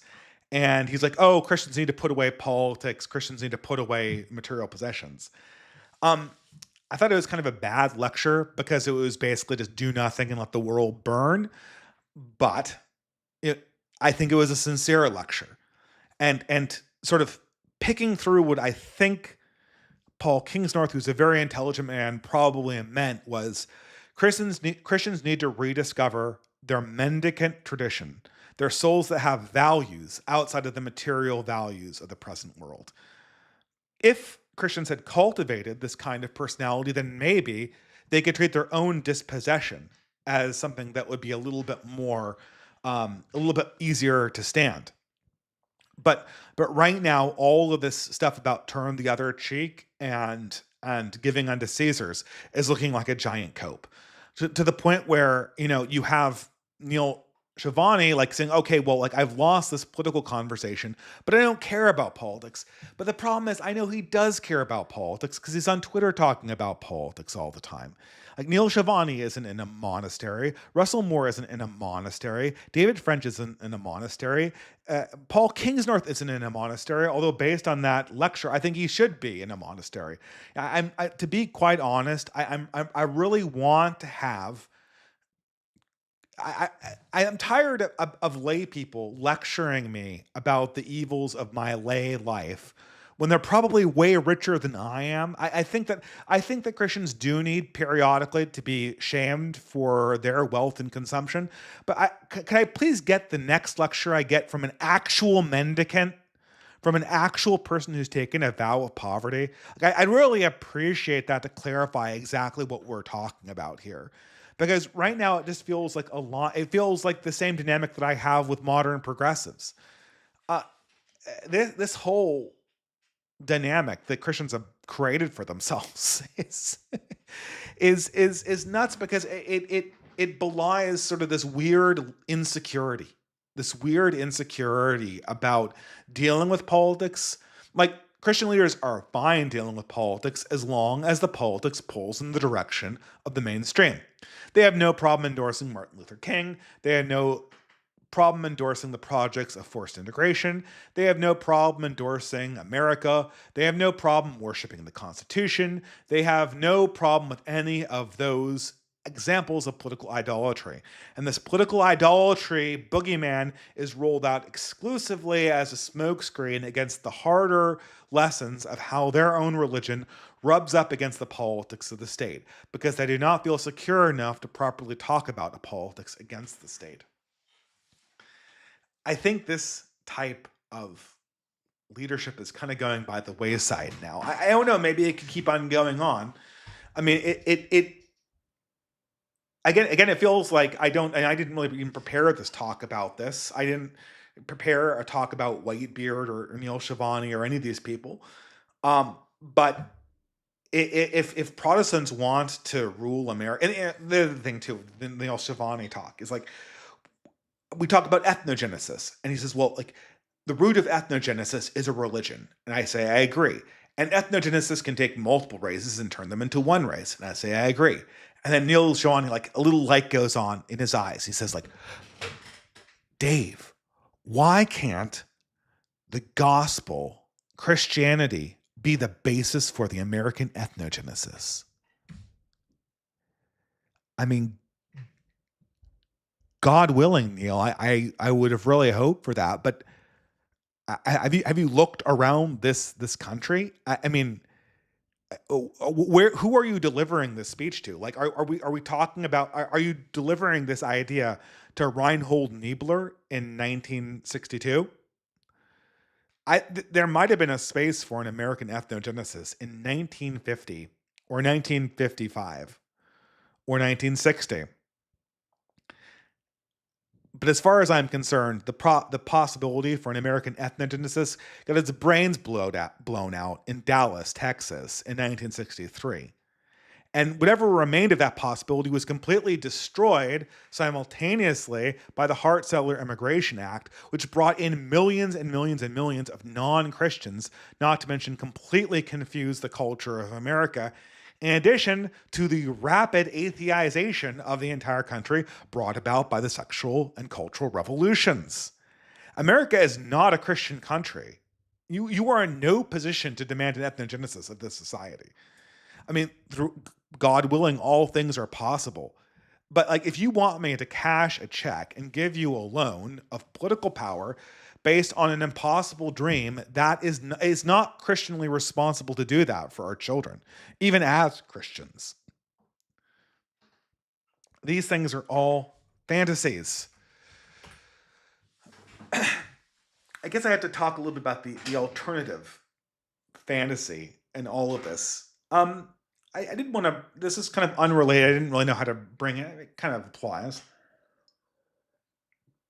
But one thing that's impossible not to notice. It does feel. I don't exactly know how to characterize what's happened to the left in these last few months, because I knew that their response to Trump Part 2 would have been more muted than in 2016. I think I could have predicted that. I don't know if I could have predicted the absolute silence that's come out of the left. And when the left is hurting, like really hurting, normie conservatives and Daily Wire people make this mistake all the time. The left cries when it attacks. When it withdraws in pain, it gets really quiet. And right now, the left is getting really quiet. Now, does that mean like woke distance implied that no, we've defeated the left? It's all on to sunny uplands. There's nothing more to talk about. It's over. Of course not, because leftism is a force of entropy. It will be reborn almost certainly. It has to be reborn. It has to be reborn because unless you are constantly fighting it with strength and belief and vigor, it will grow like roots. The only thing that's required for leftism to succeed is for people who are faithless or the faithful to do nothing and the people who are faithless to rule. That's all that's required. It's a force of entropy. It will always come back. But some important section of the left, some important part of the left has, in some sense, died. And it's going to take a very, very, very long time. I mean, very long time. It probably take about 4-5 years, maybe, just a guess, for the left really to rediscover itself in any real way. And I've been trying to put into words what this actually means. It all somehow strangely seems to come back to this character of Neil Gaiman, which is kind of this interesting character. I probably should do an entire stream about this guy. So Neil Gaiman was a man that I first discovered rooting through my local comic shop in California. And I was given his Sandman series because I was really interested in graphic novels. I'm not so sure exactly what to make of it at this stage, looking back. The retrospective on Sandman would be really interesting to do. It is kind of like the perfect postmodern comic book. I'll say that. Sandman, I think, will be immortal, not because it's good. Because I reread a little bit of it, and in hindsight, I actually do not think that Sandman is, strictly speaking, good. It's narratively confused. Its cosmology makes no sense. It goes in for really, really cheap sentimentality oftentimes. It also kind of it also kind of deals with ideas that it doesn't know how to respect properly. Funnily enough, the name of this podcast comes from Sandman. And what's so funny about this is I during the media hysteria phrase, uh, so there's a character in Sandman who's called Fiddler's Green, and he is a stand-in for G.K. Chesterton. And I had all these leftists this year come up to me like, do you have no media literacy? Don't you know that Neil Gaiman is a progressive and you're using Fiddler's Green as the title of your podcast? Isn't that crazy? Do you have no media literacy? It's like, don't you know that that Fiddler's Green is based on G.K. Chesterton? Like there's a real person this references. Fiddler's Green, the term itself was a mythological place, of joy and merriment that occurs in many folk songs in the British Isles, many sea shanties, if I can pronounce that word. What are you talking about? That this is a thinker that's incredibly. I'll endorse anything G.K. Chesterton says. Like, oh well, no, it's not media literate. You didn't acknowledge that this is a progressive. Because Neil Gaiman made the Fiddler's Green, you have no right to it because he's our guy. It's like the ultimate Reddit midwit. And what's so funny about Sandman is it's kind of like the perfect Reddit midwittery. For a summary, and I don't want to get into like what Sandman is, but if you're wondering, like it's a series of comics that it had a limited run, meaning like there would be a beginning, like Game of Thrones or a golden age of television show. Unlike I don't know, The Simpsons, which just goes on indefinitely with Sandman was planned to have a beginning, middle, and end. So even though it went on for like 4 years or something like that, it had like this arc. But kind of as a twist, the idea of Sandman would be that it would be a collection of stories. And the collection of stories focuses on this family of super beings that are called the Eternals. They govern the forces of psychology and spirituality. They govern all other creatures, gods, men, superheroes, you name it.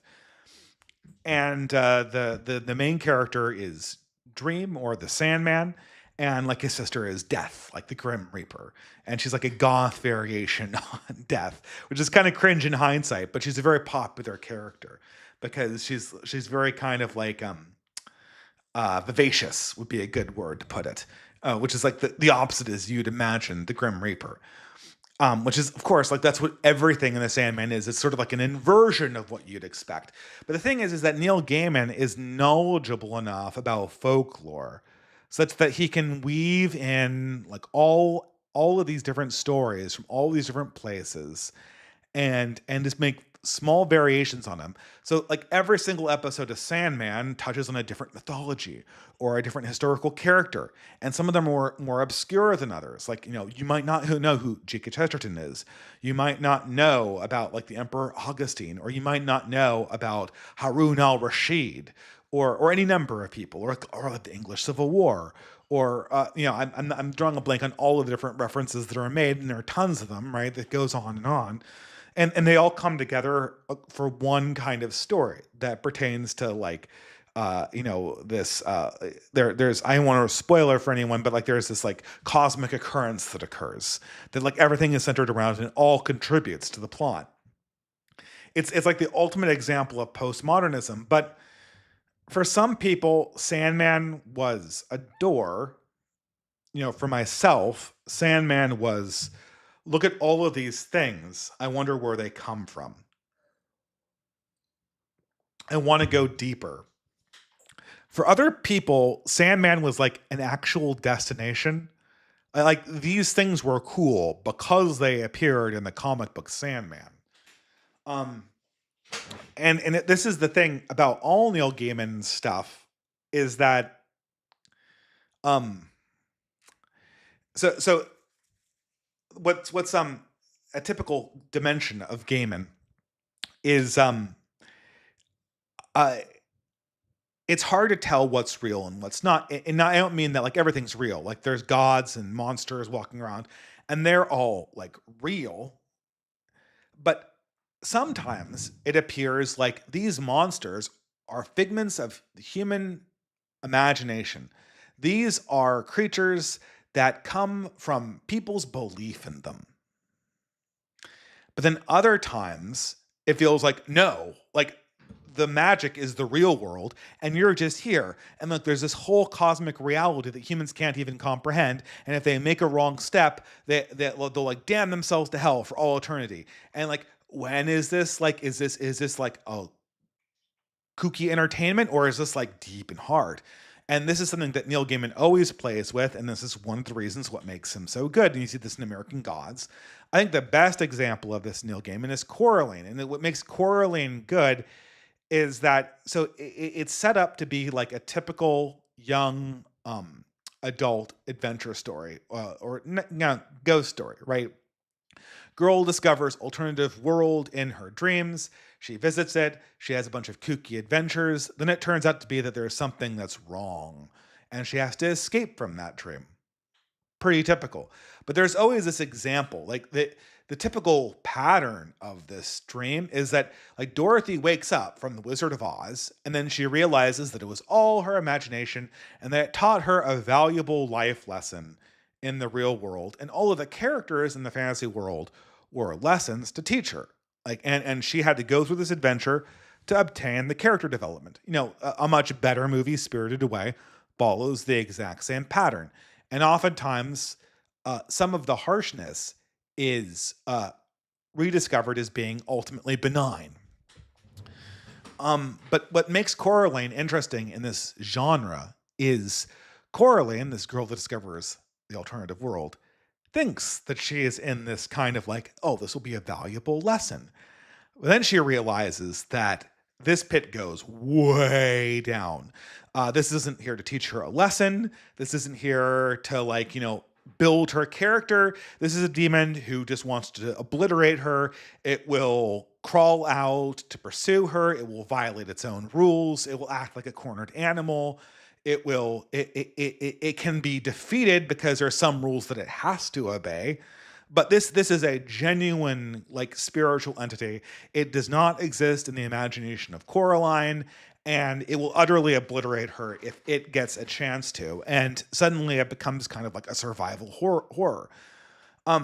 This is really the fascinating element about Sandman and about all Neil Gaiman, is this dimension, that the possibility that the postmodern universe where all myths kind of reoccur and appear is actually representative of a deeper spirituality that is real.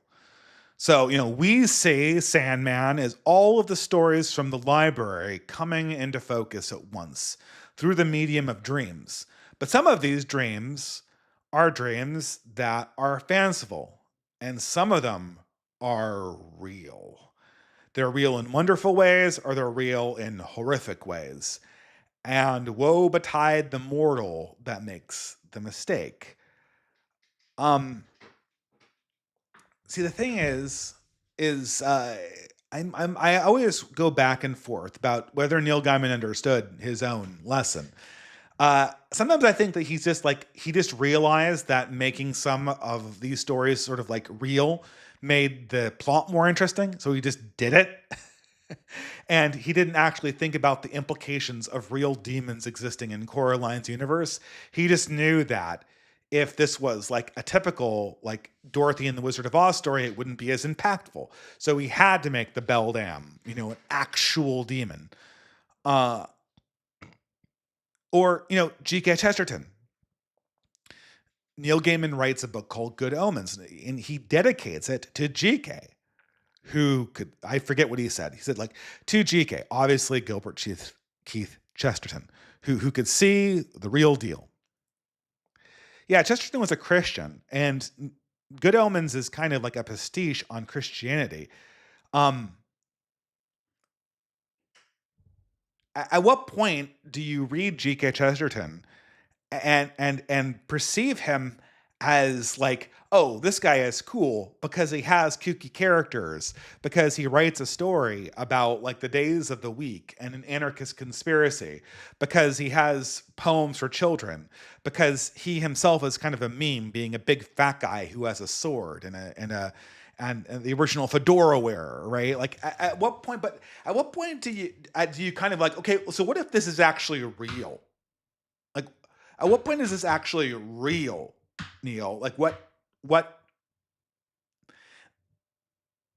So Neil Gaiman, um, apparently at this point has been credibly accused of being a rapist by many, many women. And now, ordinarily, I take this with a grain of salt. Although now there's so many accusations, it seems like it probably one of them is true. I don't know. There have been so many false ones. It's hard to keep this straight. So I guess we should all take it with a grain of salt. But what makes it very, very difficult to come to his aid against these feminist attacks against him is that Neil Gaiman was the worst male feminist shitlib imaginable. He went everywhere with his stupid, Amanda Palmer Dresden Dolls singing wife, and all he did was preach the gospel of progressivism and social justice all the live long day, in contravention of all of the values that he read from all of these stories. And so what is his eventual fate? His eventual fate is that like he has an open marriage with his wife. And so he starts fucking around with other women, pardon my French. In questionably consensual ways, but with this idea that like, oh, it just happened, right? Oh, like, oh, I just happened to end up in this situation where I'm screwing you, right? Or something like that, right? Like you listen to these narratives and it's like, I am raping you, but in a nice, nonchalant way, right? It's like, you can see how like it plays out in his mind. Like, he's doing things that violate all convention and all classic morality in terms of propriety. But you can see how the way he set up in his mind, like he thinks like this is working out serendipitously, and who doesn't want me? Because I'm Neil Gaiman, right? And of course my wife won't mind because we have an open relationship, right? And of course these women won't mind because they're all feminists and liberated, yeah, right? It's kind of there's another throwaway line from this horrible movie with Jeff Goldblum from the 1990s with Billy Crudup called Powder, about this this high IQ kind of freaky guy who spent his entire life reading books and he's traumatized by the outside world. And Jeff Goldblum says, gee, I mean, you read all the books in the entire world and then you're shocked when somebody shoots a deer. I mean, do you think that killing for sport is the dark side of humanity? Didn't you think that any of the things you read in those books were true? And that's what I kind of want.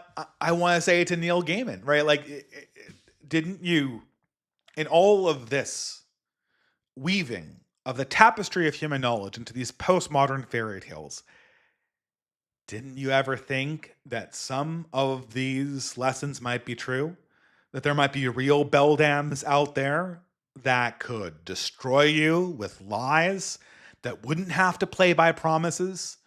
Didn't you think that there would be real demons or real moral truths? Didn't you think that G.K. Chesterton said that there were real moral truths that you had to abide by? So what are you? You knew these things were wrong. I mean, come on. You thought that those moral rules were all perceptual. That if you told a good enough story, that somehow wrong would become right and right would become wrong. But it doesn't work like that, because not all of our mythology and morality is just some ephemeral little thing that can be discarded. There is areas of the dreaming that are real. There is areas of spirituality that actually become imminent in the real life. And there are real fucking demons. There are real beldams. You've got 8 of them after you right now, Neil. You didn't realize this? Didn't you think that the things in the books were true? It's funny because Neil Gaiman fell victim to the exact same problem that got Coraline, that Coraline narrowly escaped from. They didn't believe that the spooks were real until it was too late, and I don't know what to really say about this. And what's so funny is that so many millennial men just kind of like organize their entire lives. Millennial men in particular, my generation. My generation is the Sandman generation, if ever there was one. The older millennial, Xennial, as they sometimes call us, we're the ones that were really Neil Gaiman. Neil Gaiman was like a fringe figure in the 90s. By the 2000s, he was selling major motion pictures.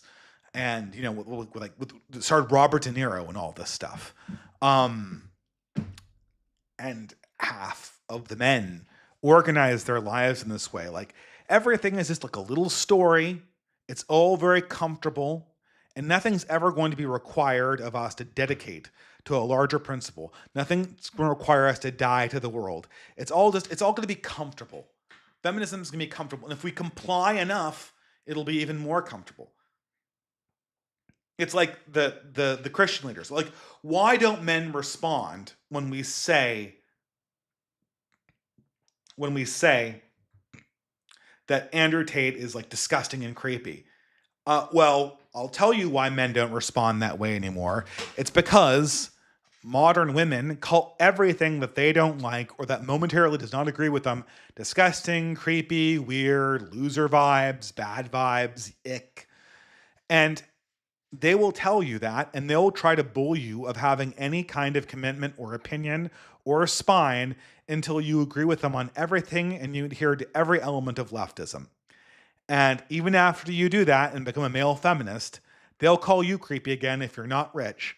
And even if you're rich, like Neil Gaiman, and even if you're perceived to be a genius, like Neil Gaiman, that element of female fallenness, if we want to borrow the Christian term for it, it'll come around again. It'll come around again. The demonic female, the devouring mother will come around again.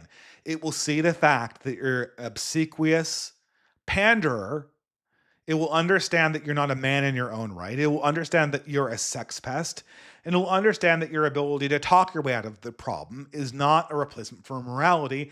And when it realizes that it will devour you,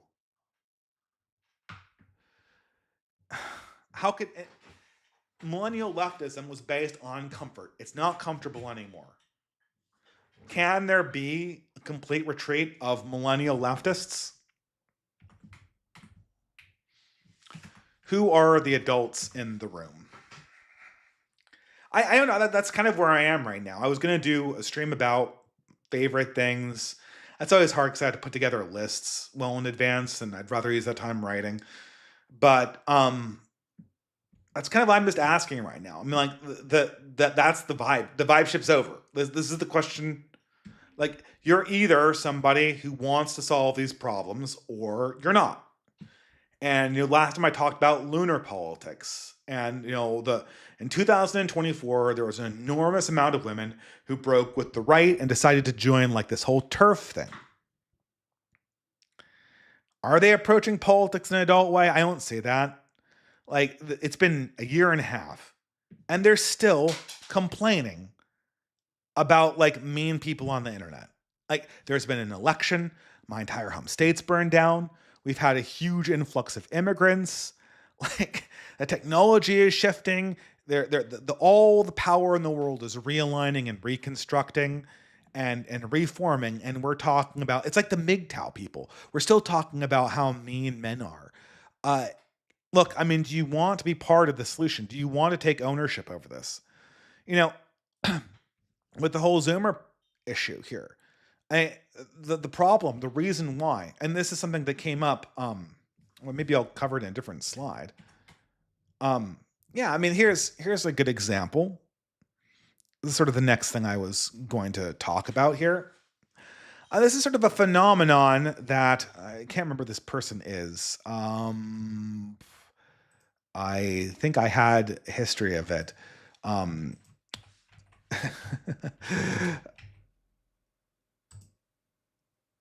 what is this person's name? Financial audit.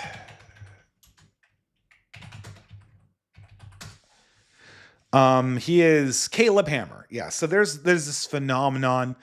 It's like everything old is new again. Um, so there's a show that's become popular among a lot of young people. I somehow got the words on that a little bit uncentered. But this is called Caleb Hammer, and he's this well, I'll be forgiven for noticing this, but he's a very Jewish looking and sounding guy who gives people financial advice, and he does a typical like Ricky Lake thing, or there was some like daytime talk show host that used to do this where she like people would call in with their financial problems, and then she like break down a plan or something like that, and then berate them for being bad. Um, and what's sort of funny is there's this new genre. This genre's kind of returned with this guy. He'll go over Zoomers' finances, and specifically, it's mostly women. It's mostly women and gay guys from all of the shows I've ever seen. Like, they come like effeminate men and women come on this channel. They're horribly in debt. They don't know their finances, and they've just backed themselves into all of these problems. And they come on like asking for financial advice. Of course, financial advice is never given. Usually all this guy does is berate them about their insane spending habits. So in this example right here, it was called the girl math episode. This lesbian couple like went to Disneyland like once or twice every month, like thousands and thousands of dollars. Like, my family, I didn't pay for it, but we went to Disneyland for a family thing. Like, I was actually family members paid for it, but it was I couldn't believe how expensive everything was. And I'm like, okay, everyone liked it, but how will we ever get back here? Because I'm not going to pay that much money. But these people go every single month, and they've got no income. And of course, he's pulling out his hair because they're just going into debt to buy shit for themselves. Um,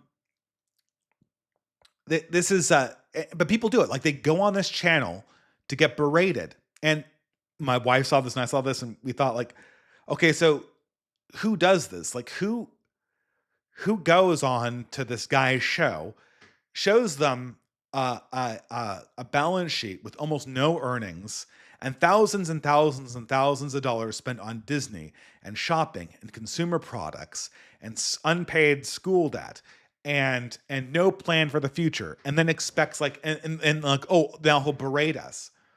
And like, I couldn't figure it out, but then I figured out, like, okay, well, yeah, he's berating these women, but he's also kind of like taking responsibility for them. He's kind of like being a dad. We go back to the Zoomer problem. I mean, like, what was the reason why everyone went into debt and worked their asses off for college? Well, the idea is that like, you were joining a system, and the system would take care of you if you followed the rules. And if you didn't follow the rules, like the mean teachers would wag their finger at you and you'd be a bad person. But as long as you were a good person, like nothing really bad could happen to you, right? Because society would come and bail you out. Because when bad things happen to good people, society comes in and bails them out, and that's how you get to be a good person, right? And then you do a mea culpa if you've done something bad, and like that's what people expect.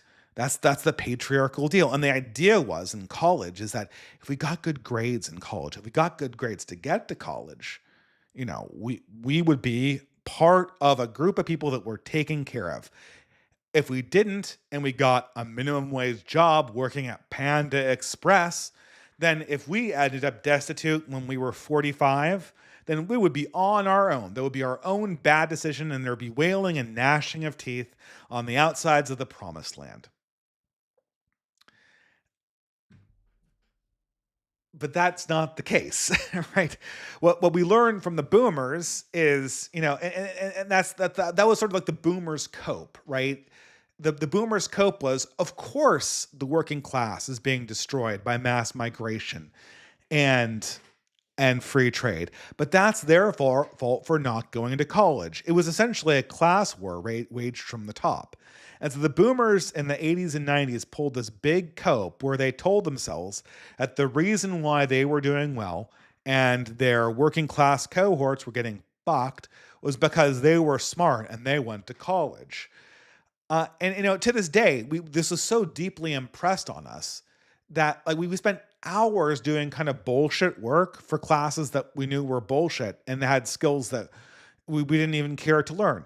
Like I worked, I didn't get good grades my first year of high school, but I got A's all the other ones. And I worked my ass. And then like I worked my ass through college to get like straight A's. Like who cares? Right? It doesn't really impact your ability to get into grad school that much. I mean, it does a little bit, right? But it doesn't really impact your job all that much. I mean, they'll look at it for your first job interview and then never again, and then never again. Then everyone will forget your grades. And just like hours and hours and hours and hours of doing this, and I still have nightmares. Where like I'm going into the college classroom. Like, and I haven't been in college in like 20 or 15 years, right? 15 years. I wake up from a cold sweat because I walk into the college classroom and there's a test and I haven't prepared for the test. Oh my God. If I fail this test, like I'm going to be a bad person. I'm going to be cast to the outer dark and I'll be on my own. Like I don't dream of like having thousands of dollars charged to my credit card, which would probably hurt me more than failing a test one time. But no, that's the nightmare because that is the deal. That's the deal that millennials got. That was our new deal, was college. And it fell through. And so like with these people, with these Zoomers, and what the Zoomers don't, when the Zoomers see like, oh, be a Panda Express associate manager, what they properly intuit is a lack of ownership on the part of an older generation. So if they go into the Panda Express senior leadership and they work their butts off and they get to be junior manager at Panda Express, and that's the result of them doing 80 hours a week, like, I mean, that's egregiously large number of hours to work, but I'm just quoting from the boomers on X at the States. Like that's what they're saying. They're saying you need to work 80 hours a week at Panda Express. I don't think it's even legal to work 80 hours a week at Panda Express, but that's what they're telling me. Like, and so you get to the end of that, and let's say something happens, like you break your leg and you can't work there anymore, or you get sick. Is anyone going to be like, he did something with his life? He worked for Panda Express. He did something with his life. Like he was a long haul trucker. No, all they're going to be is like, are you rich? Are you poor? And so people, Zoomers in particular, and women also, they're looking for some system that they can be a part of so they can get an assurance that they're one of the people that society has value in. that if worse comes to worse, people will be at their backs and will be vouching for their goodness, the same way that you saw people vouching for George Bailey in It's a Wonderful Life, when people were talking a lot about that over Christmas. That's what people want to see. And everyone knows that if you get one of these throwaway blue collar jobs that might be automated away potentially, or H1B'd away, a more likely scenario, that boomers aren't going to stand by you when the world comes crashing around. Your professional cohort is not going to see you as one of them. So what people are they're going onto these financial programs because they want daddy, right? They want daddy to be like, listen, girls, you've been very, very naughty going to Disneyland. I'm going to spank you by dressing you down on YouTube and humiliating you.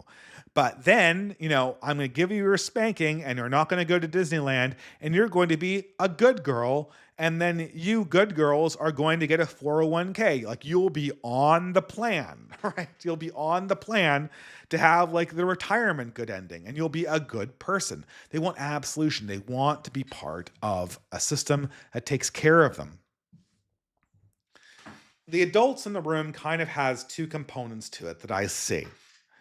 And I've talked about like what our politics has been. I've said this multiple times, but like politics of the first component of real politics has to be a politics of ownership. Now, I've been trying to toy with this. So if we go over this example of responsibility, and I'm trying to write this into an essay. All of these things are just kind of ways of me talking about ideas that I haven't kind of put into expressions yet. But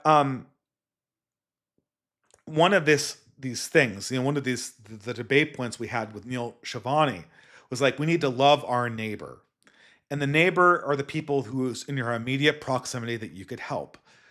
I think that proximity has to be, in the internet age in particular, seen more broadly. Like, these are my kinspeople. These are the people who are cohorts in my identity. That's what people love about like these queer identities, right? Because they give you a kin group, an in group. Because the thing is, it's very, very obvious that our government isn't taking care of everybody, certainly not all of its citizens. It's perfectly willing to throw a majority of them straight under the bus economically. It's certainly not willing to take care of us in terms of securing borders or making crime go away. It's all just interest groups at the end of the day.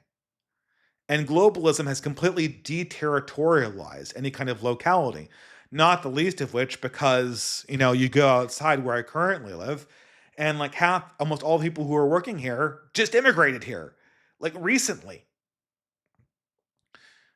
People are looking in an identity for a nation, a post-national nation, a deterritorialized territoriality, a combine or a collective that they can be part of that gives them rules to follow, but also guarantees them mutual aid. The modern state has done everything to extinguish this. It's done everything to extinguish this. But this is exactly what we have to be building. The very kind of identity politics that the local distances and the Neil Shivanis want to get rid of, that's the only way that we can find our neighbors again. And that's going to have a territorial component in the classic sense. It's going to have a linguistic component. It always has a religious component. That's nothing new. But it's also going to have sort of an ethnic and familial component in it as well. The bond of kinsmen, the bond of common history. But now common history does not go necessarily through territoriality directly, but through the quality of the diaspora. I don't think diasporality is a word, but the quality of the diaspora now communicates the deterritorialized territoriality of the kin group. Identity politics is now more relevant than ever because it's only through some kind of relationship to a collective that I can even kind of hold someone account. Like, okay, I think that some of these people, like, are being kind of irresponsible with how they deal with young men. But that's, if I can bring them around to the real world, to the real people who rely on them, then I can get a better picture of how they actually deal with these problems and whether they're good actors or not. Are they an adult in the room that's going to talk about how we actually fix the fire situation, or are they going to be blaming climate change? Are we going to deal with actually imbuing values to people in the real world, or are we going to be talking about how we defeated woke and now it's all just going to be dialectic for people who can't even internalize dialectic? I probably should have put a picture here. I would put Jared Taylor's picture here. Um, so this is something that needs to be said, and this is sort of the opposite end of the boomer dialectic. So Jared Taylor did this debate with Richard Hanania, who is, in my opinion, a total snake. He's exactly the kind of person I want to weed out. Now, Jared Taylor, while I think he's a little bit of a heretic and a little too obsessed with race for my taste, I recognize him as an honest man, and and somebody who has sacrificed a lot.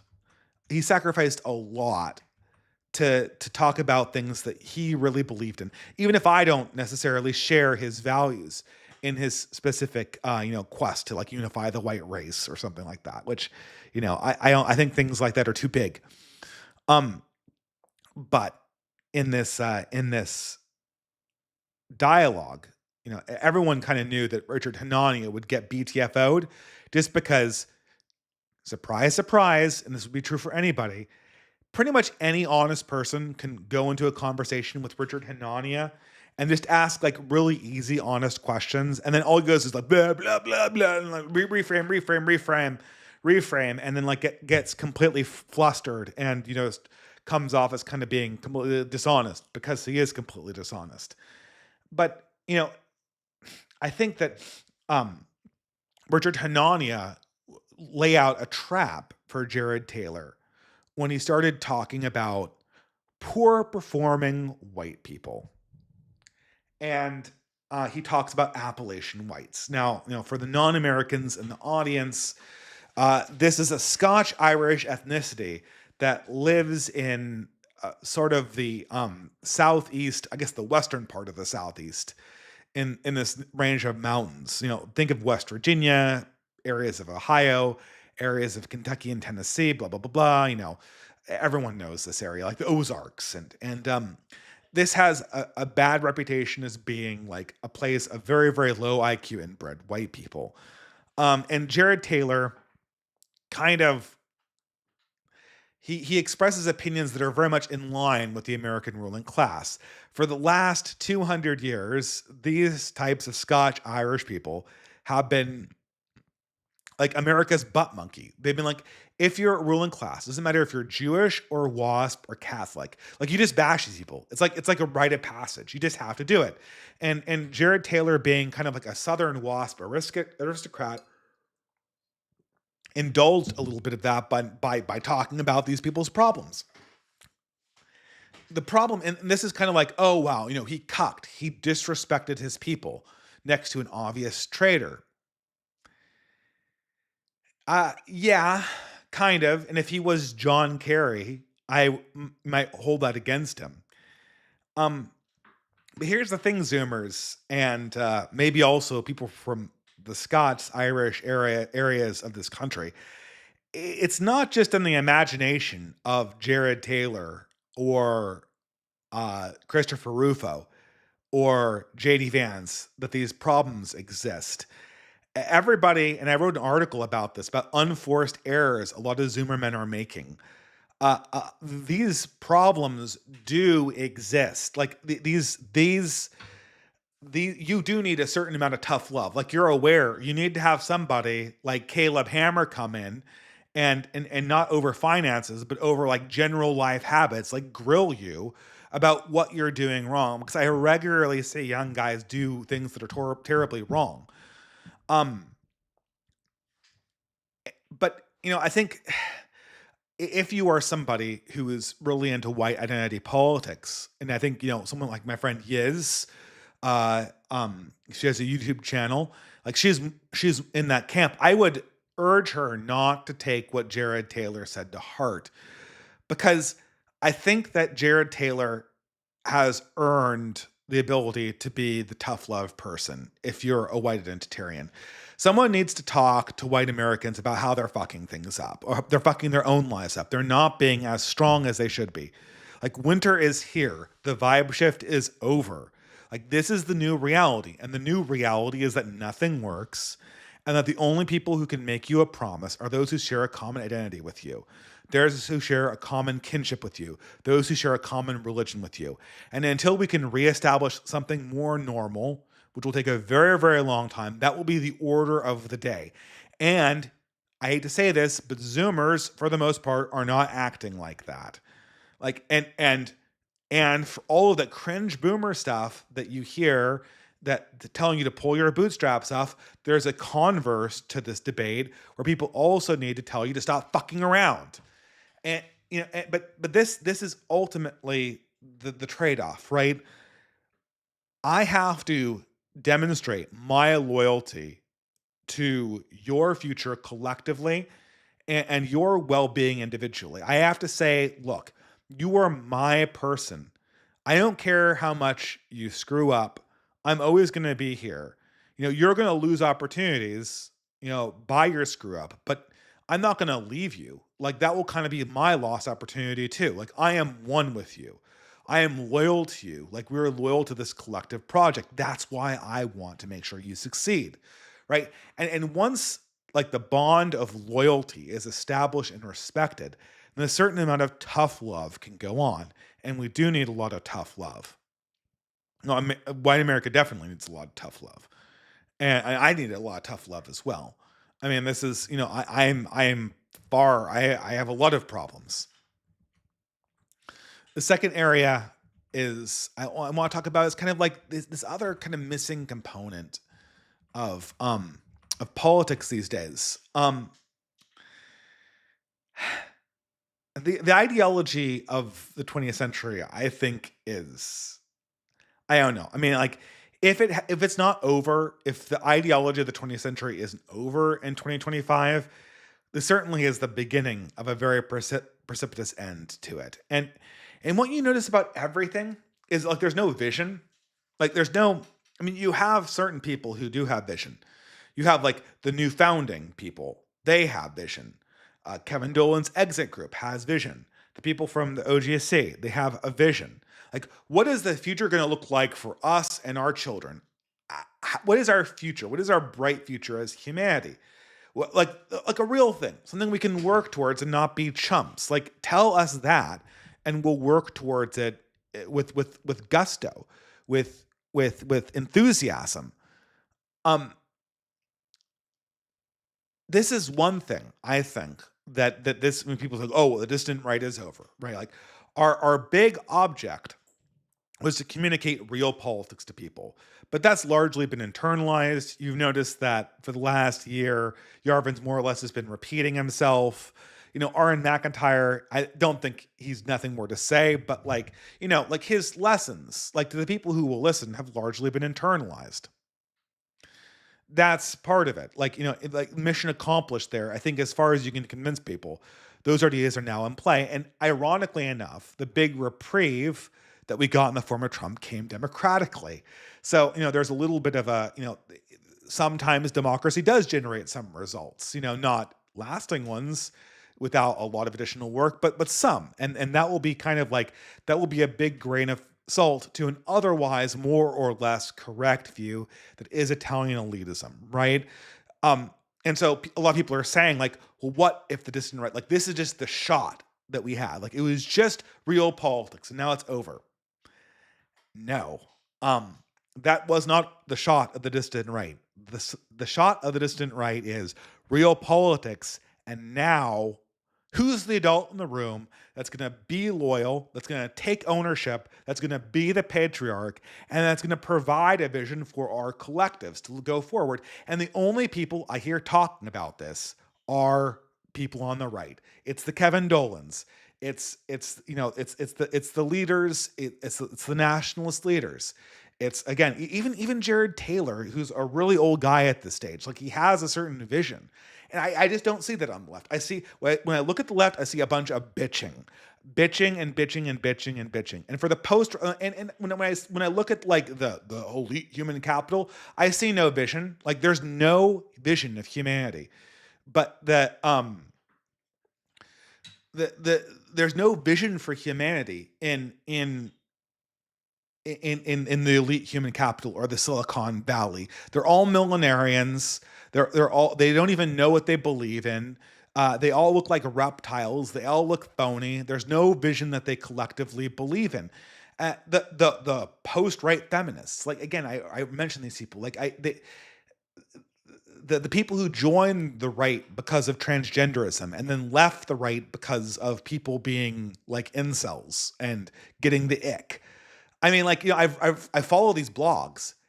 It's been a year and a half, one of the most transformative political years in a year and a half, and they're still talking about how men don't do enough housework. They're still talking about mean incels.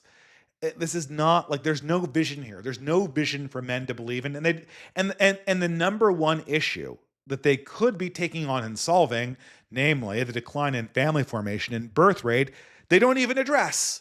All they do is complain about their particular corner of it. Um, where is the vision? I only see vision on the right, and that's why I think continuingly this will continue to be the most fertile space for new ideas. Visions for the family. I mean, these are just kind of bullet points, but I mean, like, who has a vision of family life? Not feminists, not post-right neo-feminists, not TERFs. TERFs have no vision for the family. I mean, like, they kind of do. Like, I see these people who are kind of like they're kind of like religious TERFs. The Andrea Dworkin style people, or the hardcore TERFs, like Julie Bindels. Like they've never had a vision for family life that has made any amount of sense. It's like, oh, we need, men are bad, and that's why families need to be infertile lesbians that beat the shit out of each other and whose marriages dissolve after 2 years.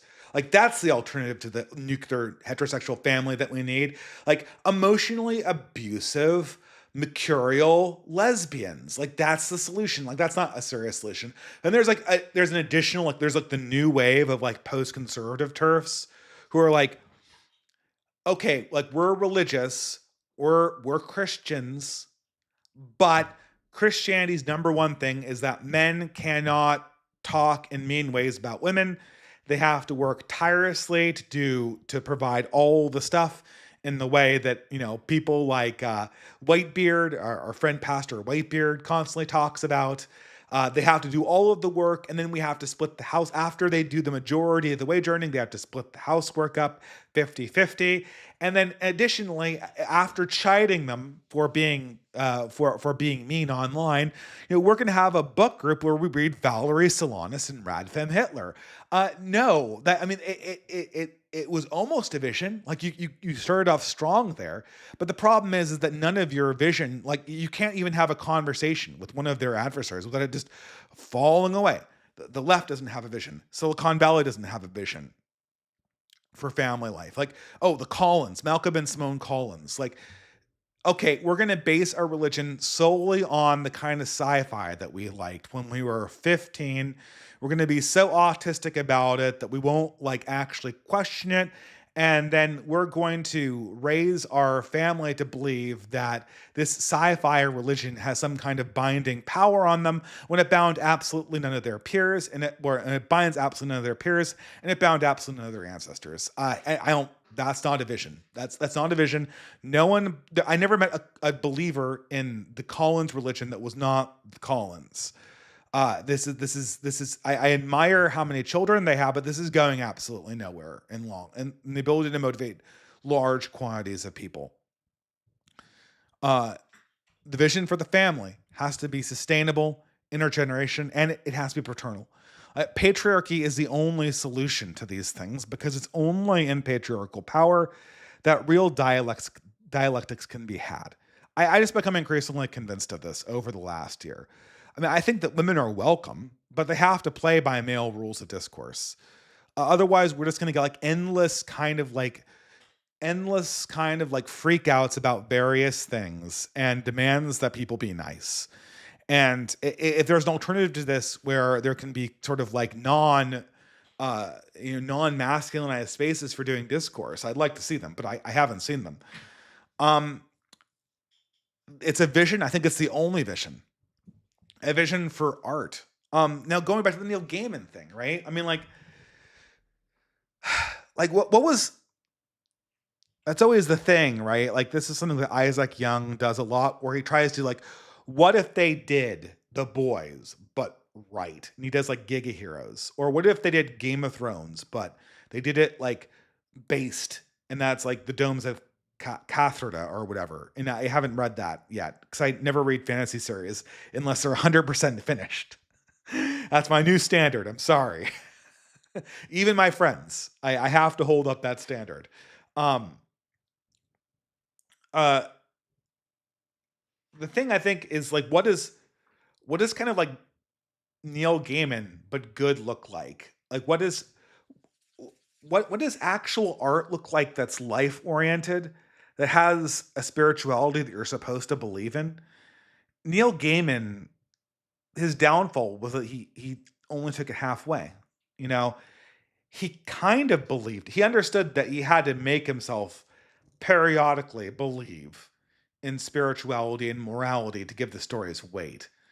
But we need a sci-fi author that actually believes in the spiritual forces that they write about, and can honestly bring that forward into a vision of art, and show what it means to be human in that moment.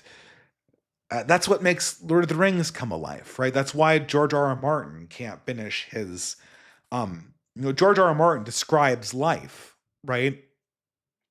But he can only describe spirituality in the context of kind of like seeing it emerge from characters, misperceptions. But the plot demands some kind of spiritual catharsis at the end that points to something greater. And the moment that George R. R. Martin builds into something like that, he'll immediately undo the premise that he began with.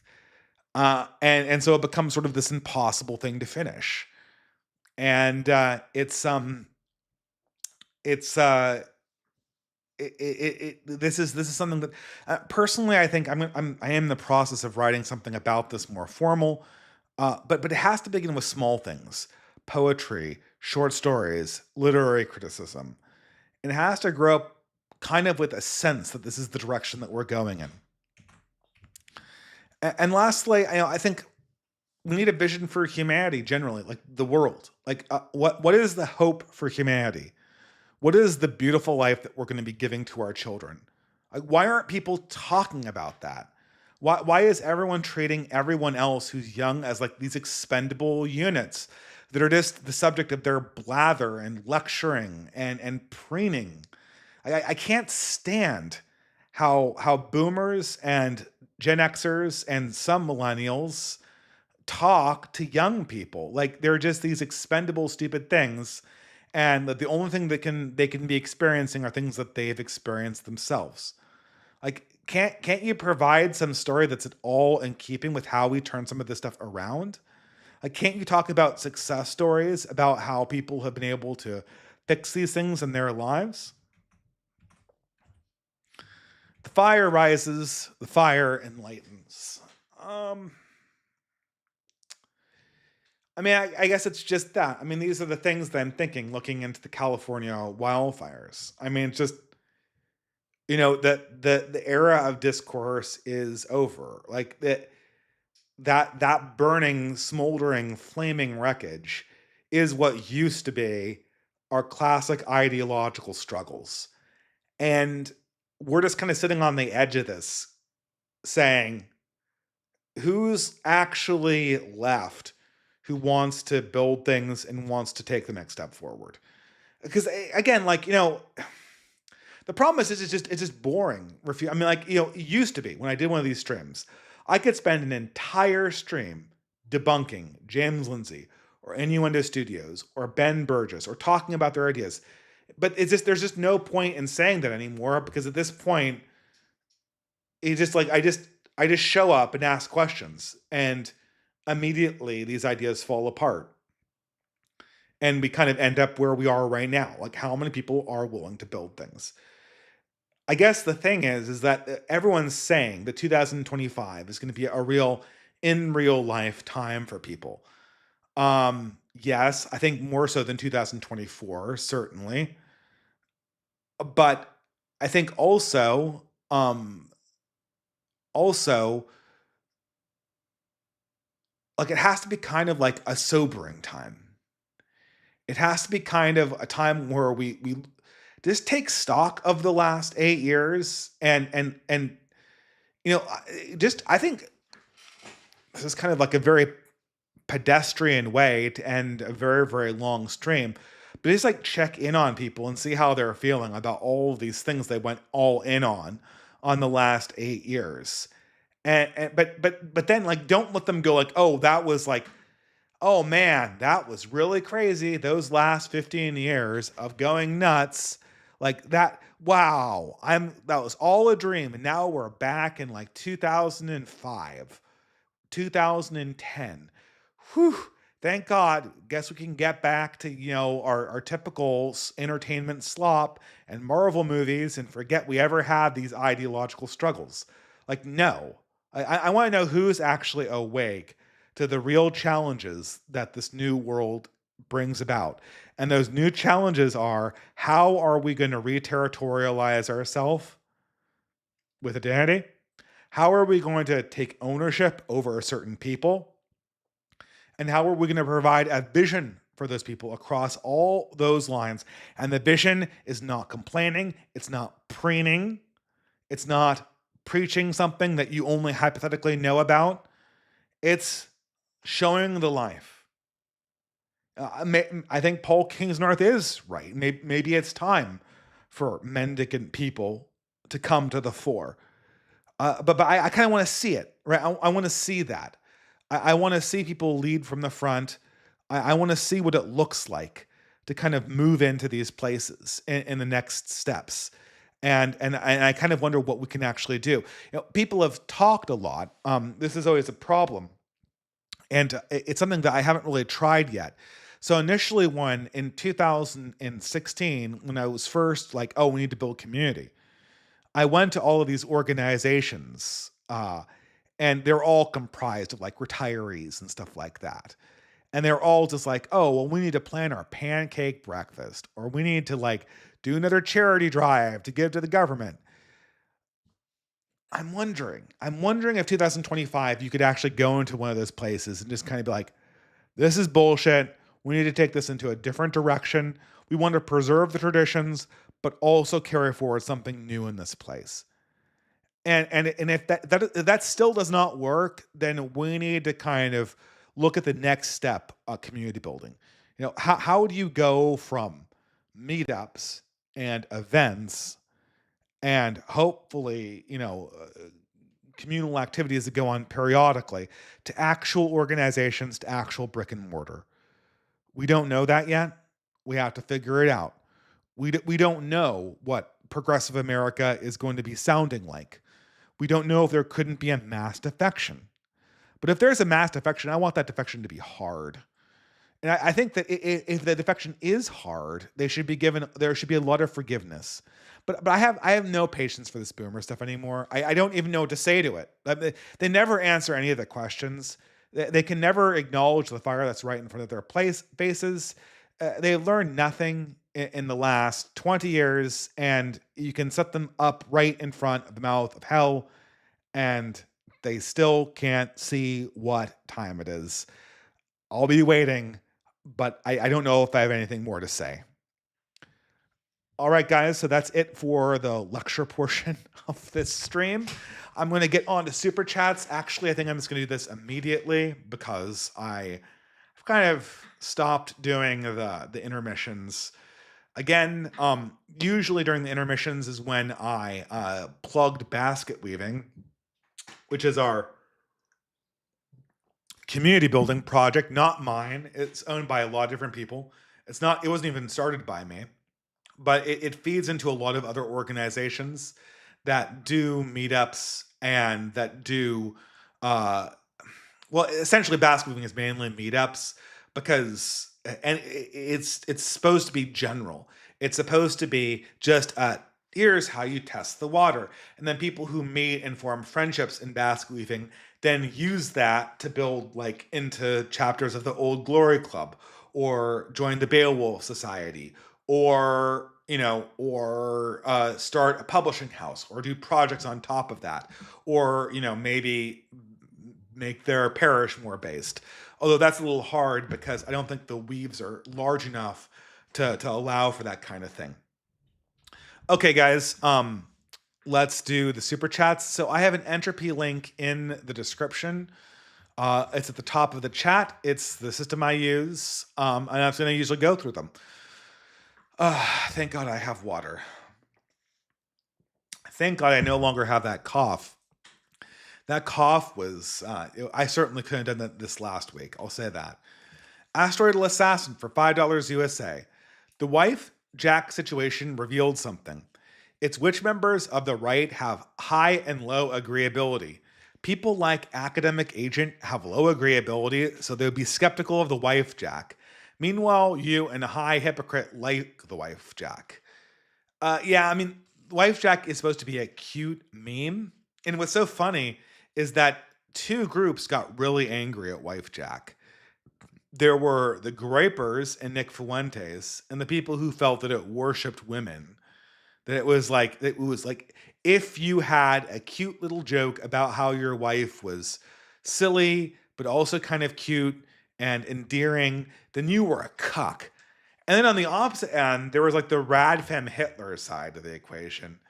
And Radfem Hitler was all about like this is the greatest piece of misogyny ever invented. Like wife Jack just proves that men hate us. They just hate us. They just hate us. Yeah, I mean, it's just I don't know. Academic Agent's skeptical of everything, so I'm not surprised that he was on the anti-wife Jack part of this thing. But thank you very much. Um, Astral Assassin for $3. Have you ever seen leftists in public? I certainly have. It's like I've been to Palestinian protests, and it's weird saying actual F slurs mixing with people that I see at the mosque. Well, yeah, I mean that's. I wouldn't be surprised if there were a lot of leftists that convert to Islam. I mean, I don't know. It could be like a huge poison pill because when those leftists convert to Islam, it's going to be a big problem for them. Because I mean, well, my friend the Franklin got his channel taken down again. I don't know if he's rebuilding it. Um, uh, but he used to say that there's a certain kind of woman who, when she's in the West, she converts to Hinduism or Buddhism to be like the Hindu or Buddhist woman. And there's a similar type of woman in Asia. Like she converts to Christianity in a largely atheistic culture, so she can be like the Christian woman, and she gets like additional attention from like the people in that community because she's the convert. And I think that might be some of that towards Islam, especially along some of these lines. Eric Lafar for $5 USA. I've been reading more books recently, but I'm having a great deal of trouble getting into books written by women. I can read nonfiction and articles by women, but I just can't seem to get into women's fiction. Is that a problem with me? I don't know. I mean, what are you trying to read, right? Like I love Flannery O'Connor, and she's a woman, right? I love George Eliot, and despite the name, she is indeed a woman. I Isaac Dinesen. Isaac Dineson's a woman, another deceptive name. These are all pseudonyms, right? Isaac Dinesen is another great author. Great author of short stories. I mean, I don't know. Can you really read The Sorrow Acre by Isaac Dinesen and not get into it? I know Eric Lefebvre. Maybe read that one and then tell me if if you're still having trouble reading women fiction writers. Fiction is one of the things that women really excel at. It's way too dominated these days. It's like way too dominated with like this femme slop fiction.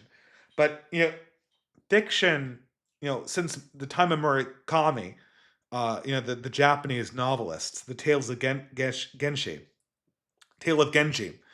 Um, they've always had that sex has always had a certain talent for storytelling. So that's one of the areas that I would expect to see female genius kind of hatch out. I'm less fond of the whole political commentary thing at this stage, but that's one of the areas, right? Hunger for $10 USA. I'm getting really tired of Christian libs thinking they're elite human capital when they can't even answer tier 1 NRX questions that we were combing through in 2019. It's just sad at this point. I mean, yeah, it is. It's just, I can't believe it. You commented on this, Hunger. Like, so it's like local distance.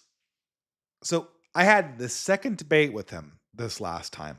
This is the second time. So he's been online with me for 4 hours, and he's also listened to Aaron McIntyre. And then he comes on and he's like, I was blown away by your points. They completely caught me off guard. I mean, how how would points like that catch you completely off guard? I just don't understand how that could be possible. Like you've seen these points again and again and again for 3 years now, at least since we've been starting to have these conversations. And you must know these NRX talking points. And I guess this is like every time it's like Groundhog's Day. Oh wow, you don't believe in democracy? Really? Right? It's like you think that like propaganda works? What? You think that history is driven by elites? Huh? What? What are you even talking about? I don't know. It's just silly. Asteroidal Assassin for $3 USA. Dave, please don't get mad at this super chat, but how do we obtain a white woman? How do I obtain a white woman for marriage? What are the actions I should take? Are you literally giving me astral assessment? Are you really literally asking me where are the white women at? Where are the white women at? I don't know. If you're Islam, then I guess Islamic converts, right? So you're going to have a lot of like pink-haired ex-lesbians that probably will convert to Islam. I'd start there. But if you're looking for a more traditional set, you might have to convert to Christianity. You certainly will have to convert to Christianity before I give you any help along those lines. But I do appreciate the Blazing Saddles reference. But I don't know if you're a Muslim and if you're looking to marry, an obese woke woman, I think the chances for that kind of cross cultural communication have never been better. You will understand dimensions of white women that you never understood existed until now, including how disagreeable they are, and how well versed they are in the legal system, which well, I guess that there's one thing I've learned for the last few days in the scandal of the rape scandals was just how sometimes feminism doesn't apply. Right? Sometimes feminism doesn't apply to people. Vegas 77 for $5 USA. After seeing the arrest of the vagrant arson guy, is there anything that will unseat these unstable people from the liberal imagination as essentially a magic and protected creatures? Yeah, I mean, okay, there's the arson thing. So I did mention this in the chat that there were a few arsonists and that they may have been undocumented people, as the progressives say. I do not. I don't like this angle because it takes focus away from the government. Arsonists should not be able to like light a pile of leaves on fire and burn down like a significant portion of the city. This should not be something that should be possible if the fire departments in these cities are well regulated, if they're doing their jobs, keeping up the water table, if they're doing controlled burns, if they have a well organized fire department, if we have competent government. This is, yeah, I mean, look, no, this is something that, like, I also don't like it because it plays into the boomer narrative that the reason why we don't want immigrants is because like they're criminal, which is a good reason not to want immigrants, uh, to be set true, to be certain, right? But the main reason you don't want immigrants is because they diminish the power of the native population. And they contest for economic resources with the native population. And if you import, 1 million immigrants into your small island, then all of a sudden, the power of the native people in that island is massively diminished because now not only are the politicians reacting to these new votes, they're reacting on the assumption that their future career as politicians depends on new votes um, more than it does appeasing the population that lives there currently and making sure that their children have a good standard of life. Okay, Nerve AMV maker for $15 USA. When centrists say woke has been defeated already, what they mean is that certain aspects of it have been mitigated enough to avoid a right-wing backlash. Peterson, Lindsay, and others have repeatedly said the reason they oppose wokeism is because they feared the right. They want to save leftism from itself. Yeah, I mean, that is a valid criticism. The thing is, the reason why I shy away from that, Nirvan, I mean, you are correct. You will catch these people saying, well, what's really bad about the left, they'll do the Norm Macdonald thing. Like, someday the left will go too far. And then, bad will really happen? The right-wing backlash, right? The left will take over our whole society, and then there'll be a right-wing backlash. I mean, I think that is that kind of shows how their thinking is fundamentally flawed and has no vision for itself outside of kind of like preserving this artificial centrality. But the other thing is that it also the reason why I don't tend to lean on this when it comes to the centrists is that, like, sincerely, if we were to just talk to them in their soul of souls, in their heart of hearts, they genuinely do want to go back a little bit. They want to go back to the 90s. They're just not willing to come to terms with the fact that the 90s were deeply ideologically incoherent. They were just riven with contradictions at all levels. Okay, next. Nerve. So I guess to finish up the problem here is I might need to go on intermission, but to finish this up, and then I might take a brief intermission before I come back and answer the rest of the super chats. The big problem with you can't come into a conversation and say, oh, well, you just want to head off a right-wing backlash, because then they can sincerely say, well, no, there's aspects of the left that I genuinely oppose. And so they'll say, like, so for instance, Wokal and Neil Shivani would both say, like, I think abortion should be totally illegal, like genuine right-wing position. So you're not going to really you're not going to discover what's wrong for them in that kind of conversation. So that's a problem. Asteroidal Assassin for $3. How do I cope with the fact that local distance is smarter than me? I don't know if he is. Sorry. I mean, I think I'm Asteroidal Assassin. I think that you seem pretty like an intelligent guy, right? Wokal he's read a lot, certainly. I think he's a little on the spectrum, but he's a sincere enough guy. But I wouldn't worry too much about it because IQ certainly is not everything. But even if he is higher IQ than you, but I might doubt. I think you're pretty smart. But hold on, guys, I have to go on a slight intermission. I'll be right back.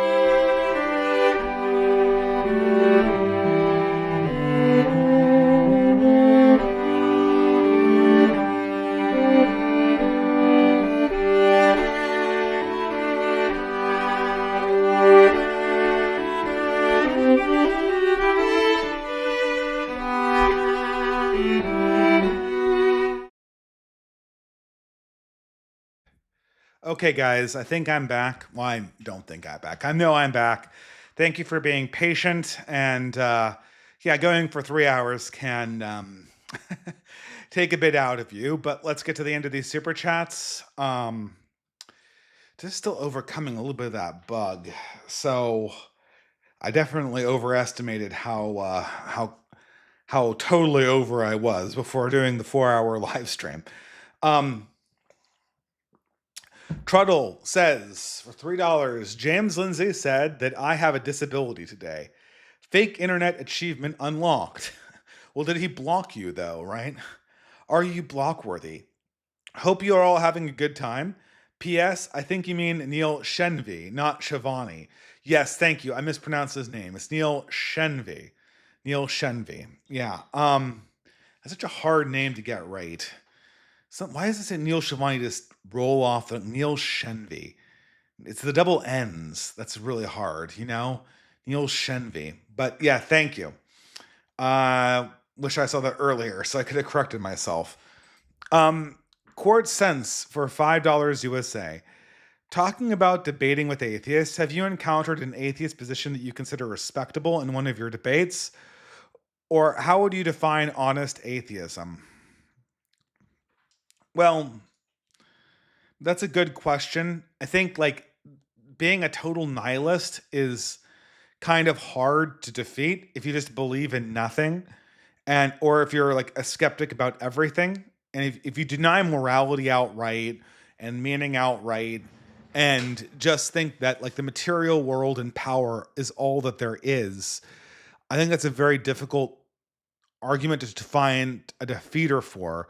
The thing is, I also think it leaves out most of ordinary human experience and most of what atheists actually act like they believe. I think that most atheists, most people who call themselves atheists, are properly speaking sort of Platonic deists that are fans of the Enlightenment in Western culture and want to preserve elements of that, but are deeply off put by the supernatural elements of the faith. And I wish they would just say that. Like, Sargon is obviously like a deist.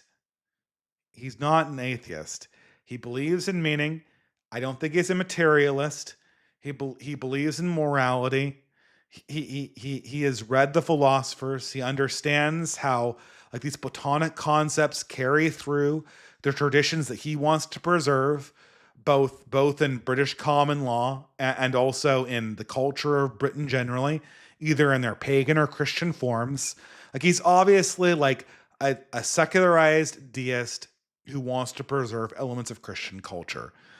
And the reason why he's not a Christian is because, and I'm guessing, this is because he does not believe in the resurrection of Christ, which I guess is a good reason not to be a Christian. And you know, this is one of the hard things for myself, that although I do believe that Christ's resurrection is well documented historically speaking, I'm so much of a skeptic of history that I wouldn't be surprised if any element of history never happened. Like, I wouldn't be surprised if tons of things in history were lies. So I have to kind of like counsel my own skepticism of everything and anything that happened before I was born, to kind of just submit myself to belief in Christ and Christ's resurrection on the evidence of history, even though I'm generally a history skeptic. And that's an element of my faith that I always will struggle with, even though I'm utterly convinced of the existence of God and a higher power that's interested in humanity. That element of Christianity is it's a very tenuous element because it relies on something that's so ephemeral in human understanding, which is history. Now, everything humans do is connected to history, and God would have to appear in history for God to be God. You know, he would have to directly appear in history. But at the same time, even admitting to all of that, I'm still sort of struck by the fragility of events happening in a certain way, given how our understanding of all elements of history is so fragile And that's just something I had to deal with as a modern person. Um, Thank you, though. Alex Wegner says, is it correct to be suspicious of language in debate? Yes. I saw a quote, Q. Why why do your people lie all the time? Answer. Truth and honesty is a precious thing and not given to everyone. How do you know someone is worth listening to? Well, I mean, this is the whole thing, right? Like I know people are like, for instance, like Richard Hanania just lies. Like he just lies all the time. Uh I mean, I don't mean like he makes mistakes, and people think like when you say lie, you mean he makes a factual error. That's not what I mean by lie. I mean that he presents himself as holding certain positions that I do not believe he holds, so that he can manipulate people's behavior and cause them trouble and himself benefit through an act of deception. And I don't necessarily know if he even uses factual inaccuracies to do that, but I know he's a bad actor. So I'm Alex Wegner. I can't help but think of a Warhammer 40K quote, and this is the librarian from Dawn of War, but also this is a quote from the 40K universe generally. Now, and the librarian says, "Information is knowledge is power. Keep it hidden. An open mind is like a fortress with its gates unbarred and unguarded." Uh, that is true, right? The act of information and deception and truth is something that is a tactical tool of power. But part of the reason what gives us honest people their strength is that the light will always be something that we can fight well and our enemies cannot. And so if we stand in the light of honesty, uh, and do not try to increase the and only fall back to darkness passively when absolutely necessary, we will show ourselves to be the true faith, in my opinion, more than anything else. Novum for $5 USA. I'm happy the H1B discussion is live and active. I faced way more obstacles getting into tech as a programmer than the average American citizen that was born here should. Want to take a wild guess why? Jokes aside, thank you for your insights. I don't know. Are you a white male? I mean, that's enough these days, right? Like for a while back, all the tech companies weren't hiring white male American citizens because they thought there was their civic duty to hire anyone but that group. So I'm not surprised that you've had trouble there, Novum. Carson B for $15. Hi, Dave. I'm 29. Sales, wasted my 20s on mid degree and bad jobs. I'm in sales right now with a burning desire to succeed. 60% to be rich, 40% for status.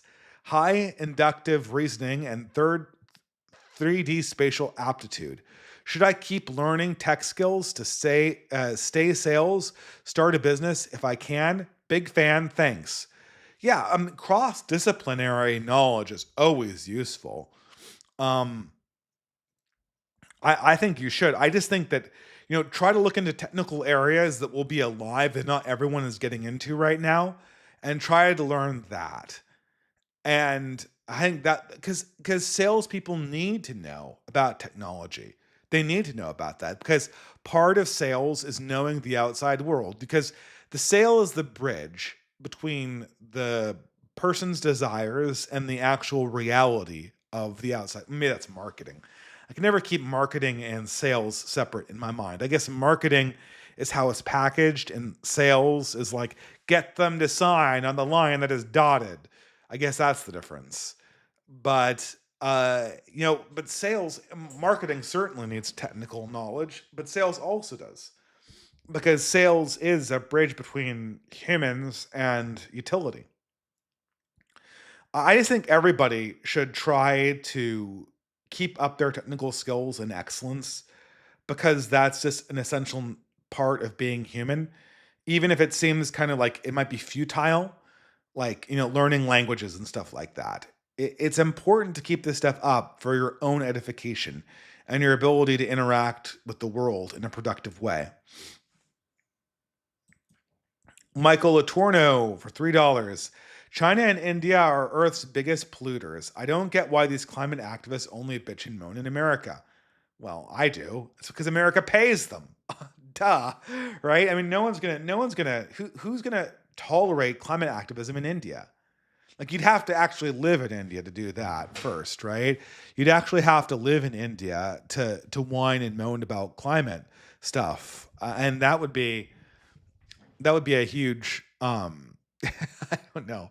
I mean, this is just it's such a ridiculous, like, this whole climate stuff. Like, no one has ever had an adult conversation on this as long as I have ever lived.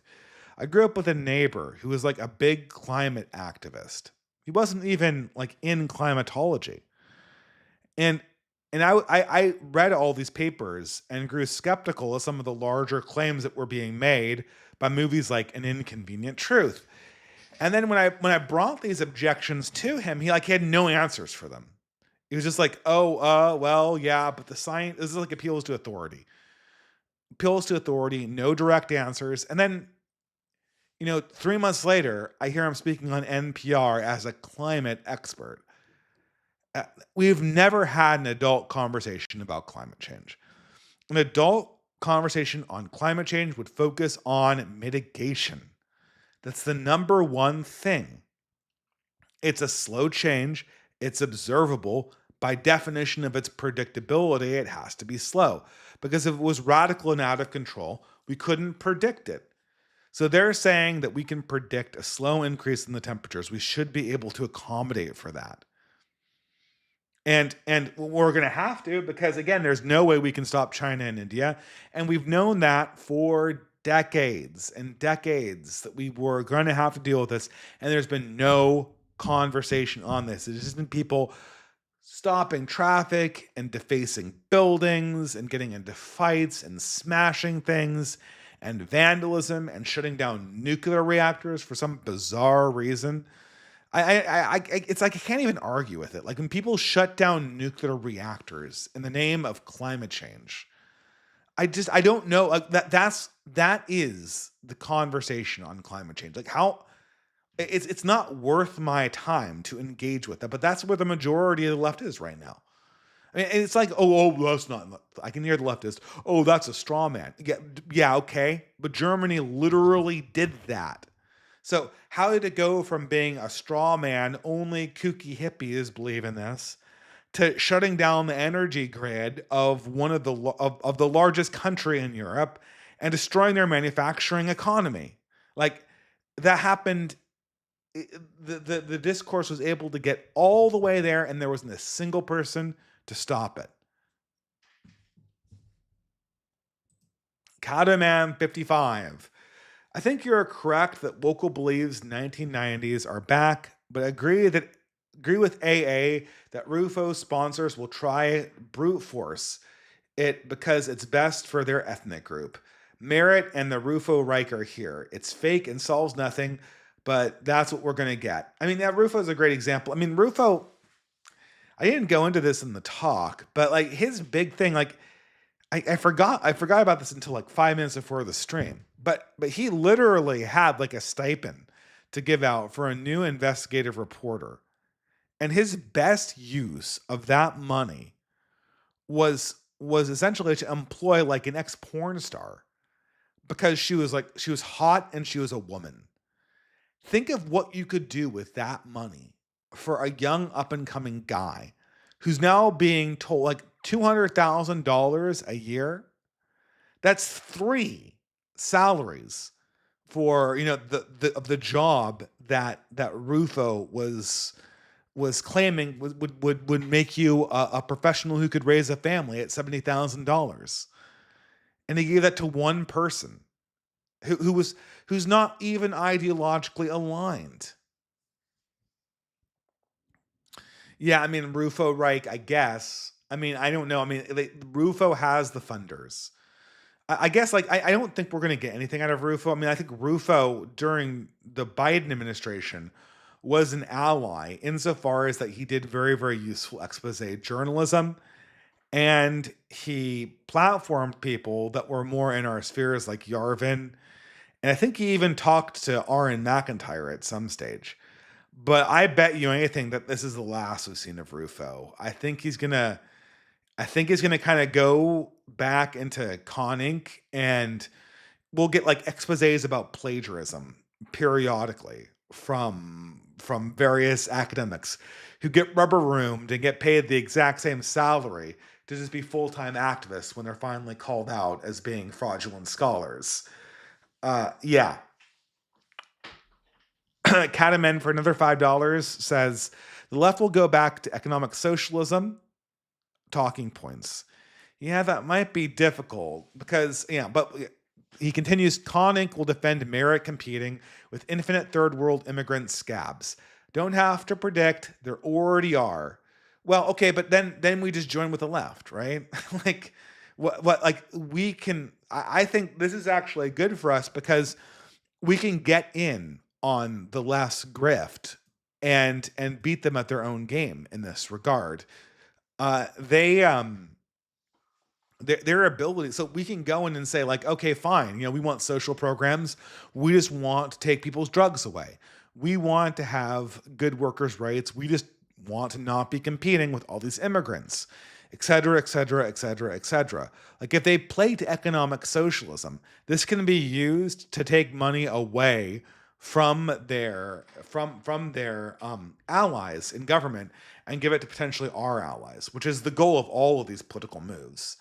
The left also has a hard time finding believable working class representatives in white America. That all of their power apparatuses are funded via identity politics. That's how all of the funding goes these days and has for the last 15 years. Since Obama's second term at this stage. This is something that like they can't walk away from that because their power base will always be with the money. So if they try to counter signal identity politics, I think we can easily beat them at that game.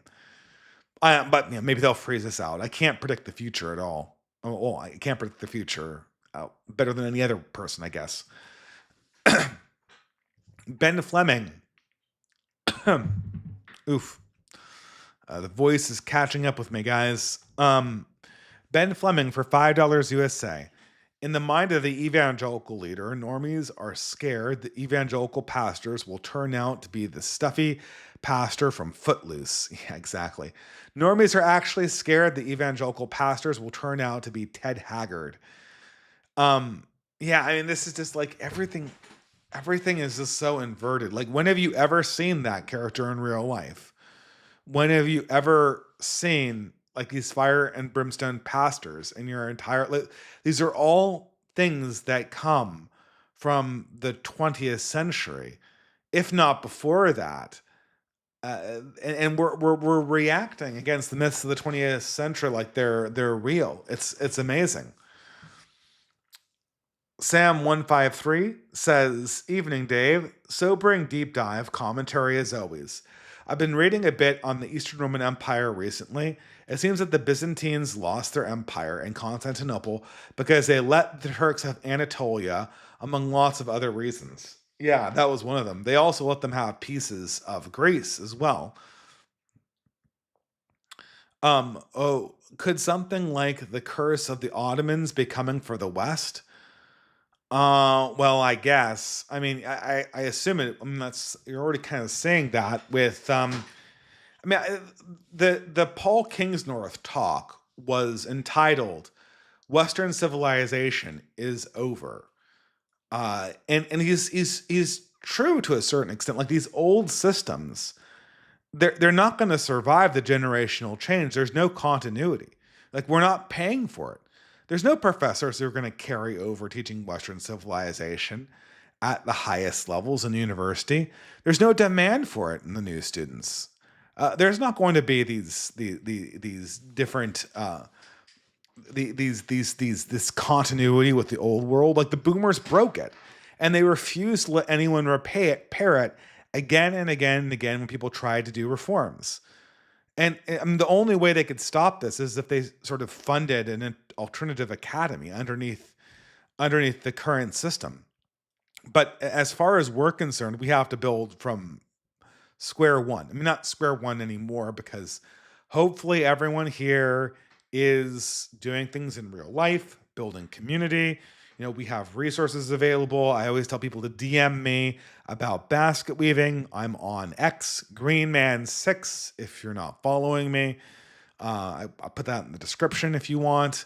You should be organizing. You should be finding people who are sympathetic parties. The resources are there if you want to avail yourself of them.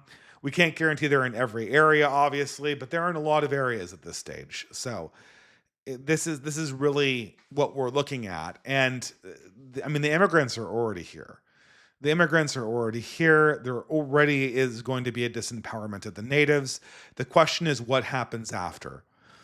The hopeful thing is, if the systems that pay out suddenly go down, then the natives who are well organized can seize political power, reassert themselves, and develop a new identity for the country very, very quickly. And if they're decisive and organized and unitary, that kind of sweeping reform could be done. Jimmy7 says, for $3 USA, I just had a connection in my brain between the Janissary taking the Balkans' firstborn sons and evangelicals handing their prime daughters to the witches' convent we call university. Ooga booga brain. Well, that certainly is true. Feminists are kind of modern Janissaries. People have made the whole comparison to the trans movement being Janissaries, the Tranissaries. What's so interesting is that in the post-Biden world, the TERFs really work as a good neutralization for the trans people.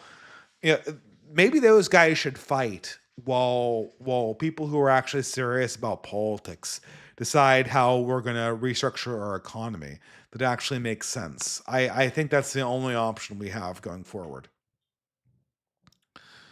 Creeper Weirdo for $5 USA says, Dave, you asked how to start Cerebus. The start of the story is a collection of, there's one before High Society, right? The start of the story of the comics is a collection called High Society that leads into Church and State. Apparently, his edgy opinions don't emerge until you get to a collection called Reads. Yeah, I know. I'm aware of that. The original one about Cerebus was a Conan the Barbarian kind of spin-off plot. I just have had a hard time finding these books.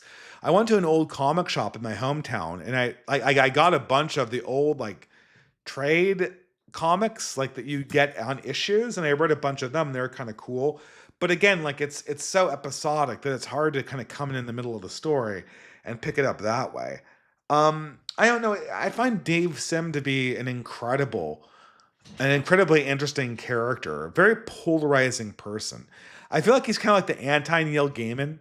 Like, he started off popular, and then he got successively less popular.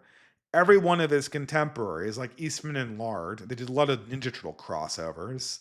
They all went mainstream and turned their movies, their books into movies, whereas David Sim stayed in the indie publishing world.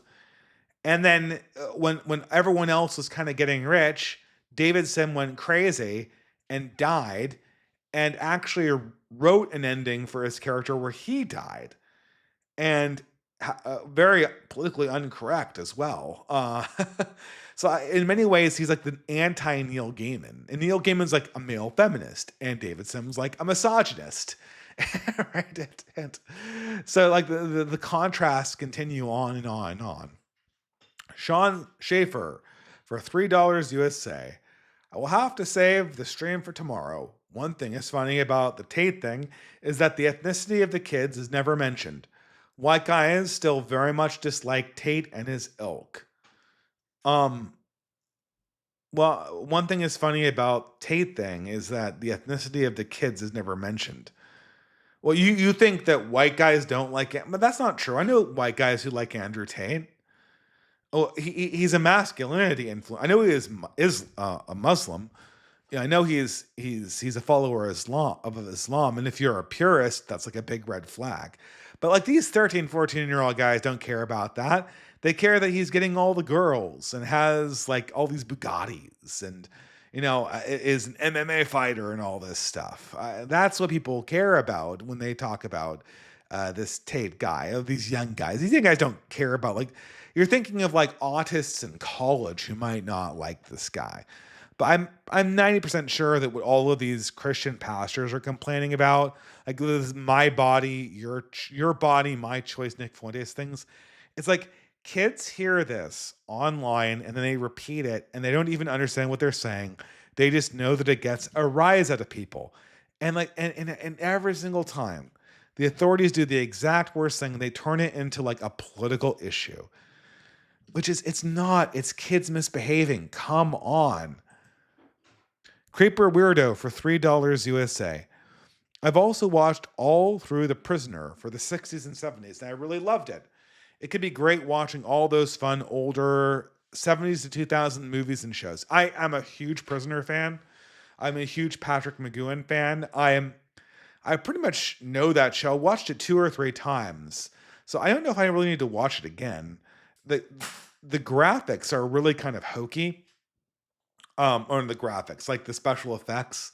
Very famously, their big menacing monster is literally just like a giant beach ball, like a giant white beach ball. And they literally have choreographed fights with a giant beach ball, which is, I mean, it's kind of like horrifying in sort of an absurdist way, because, and the more they play into the absurdity, the better the prisoner is.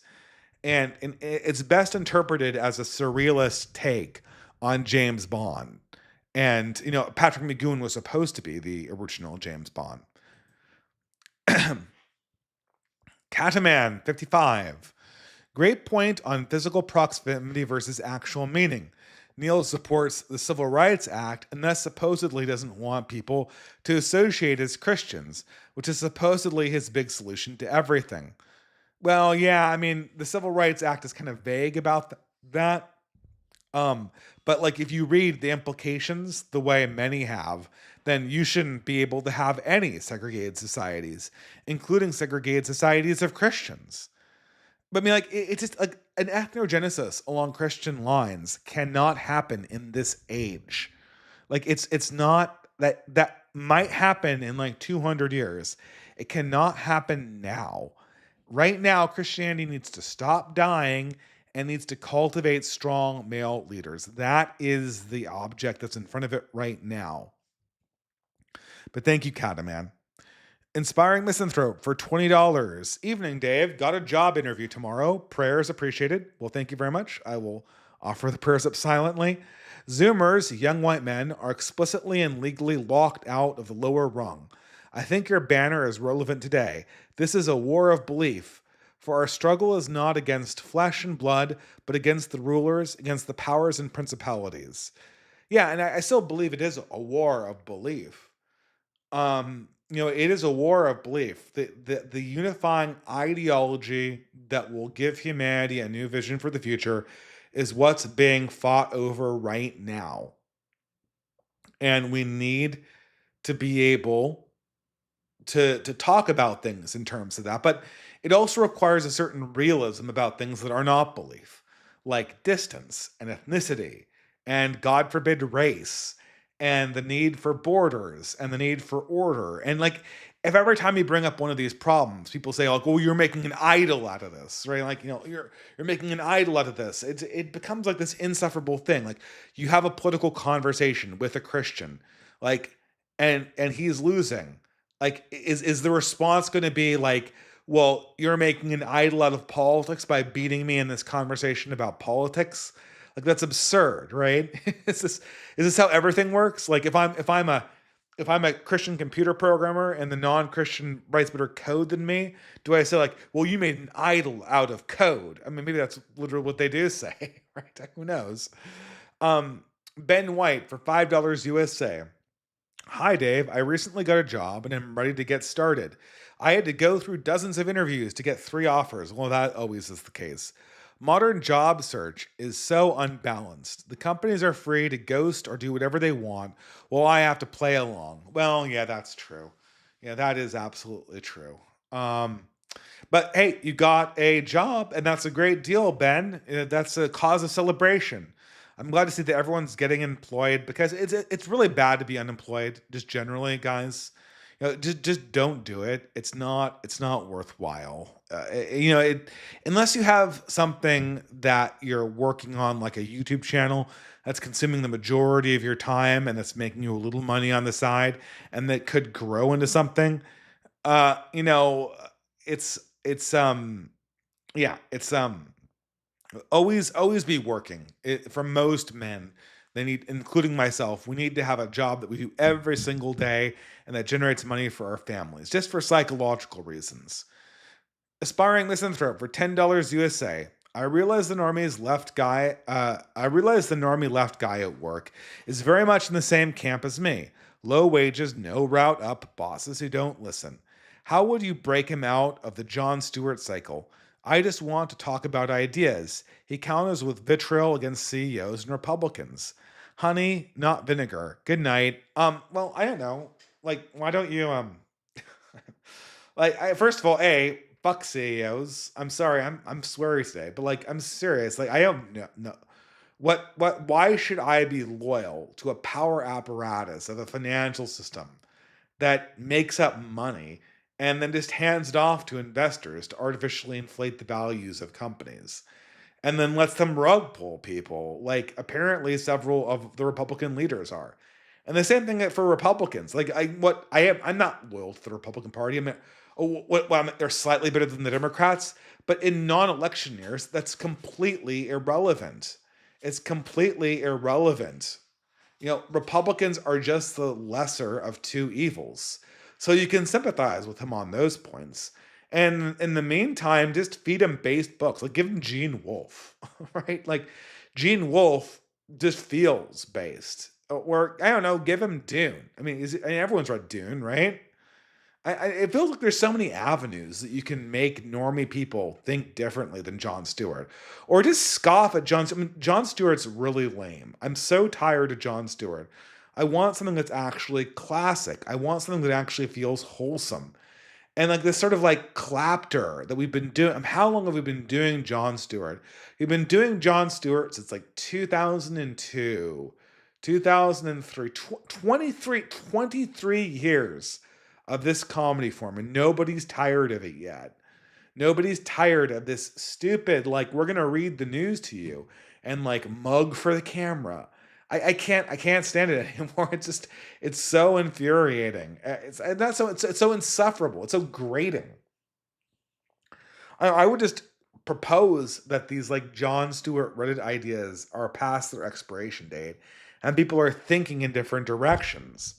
And I think there's a lot of different ways to do that. And one of the best ways to do that is to have conversations that surround media that don't come from modernity or that feel like they don't come from modernity.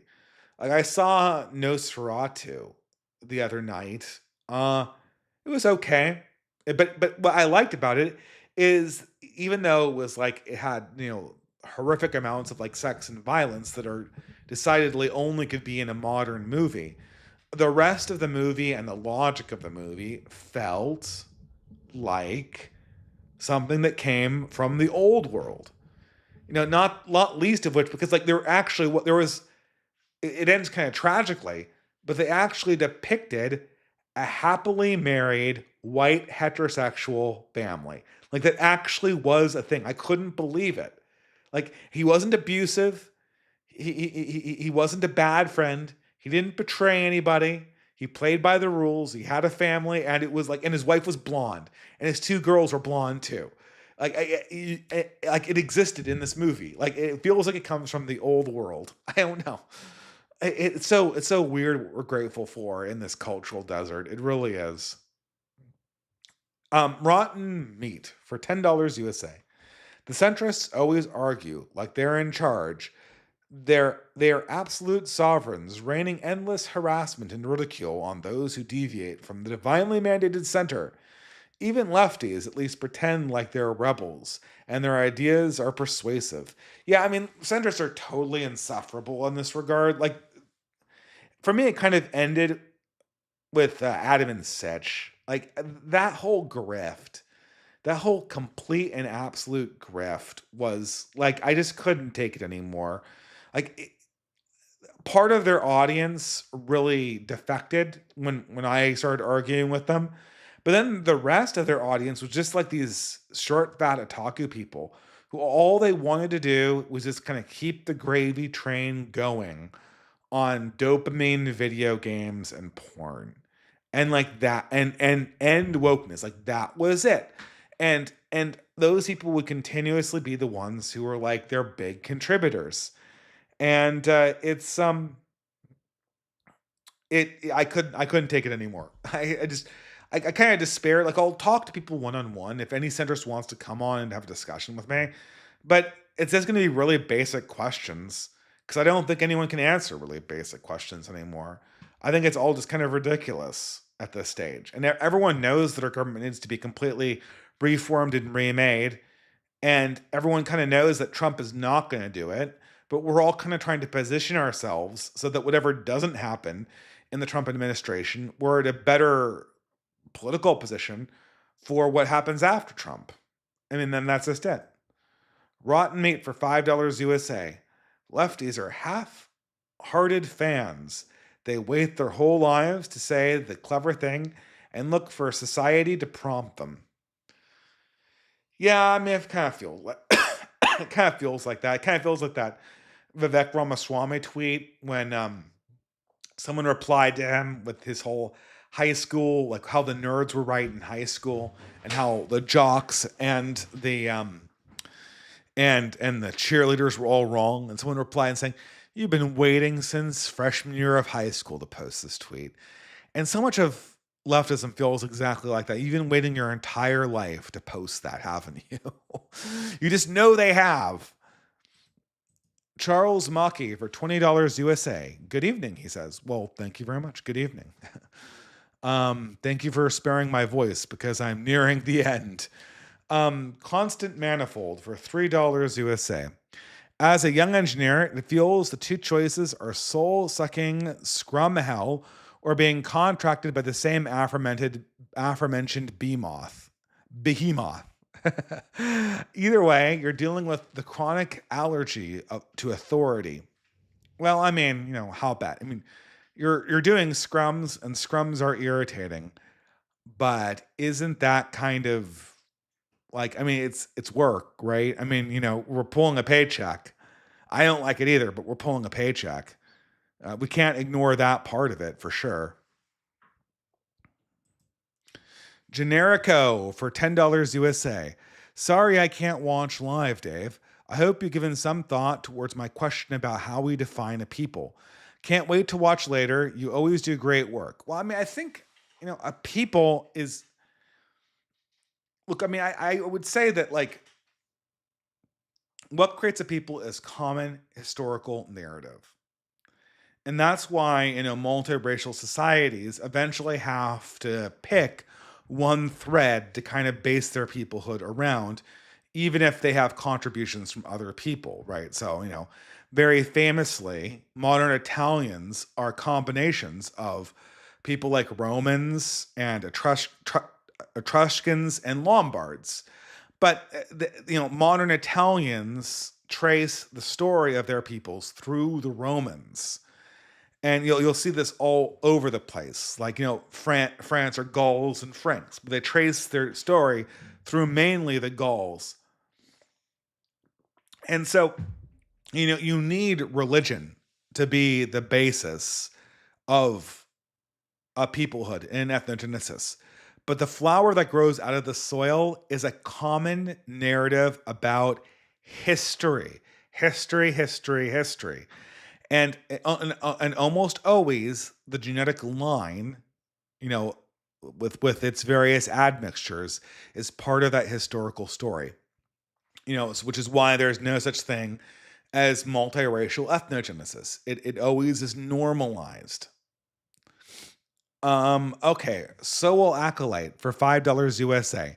Did you catch the debate with I Hypocrite between Michael Jones and Corey J. Muller? Jones' writing was influential for me, and it's a shame he seems too old now to communicate his ideas convincingly.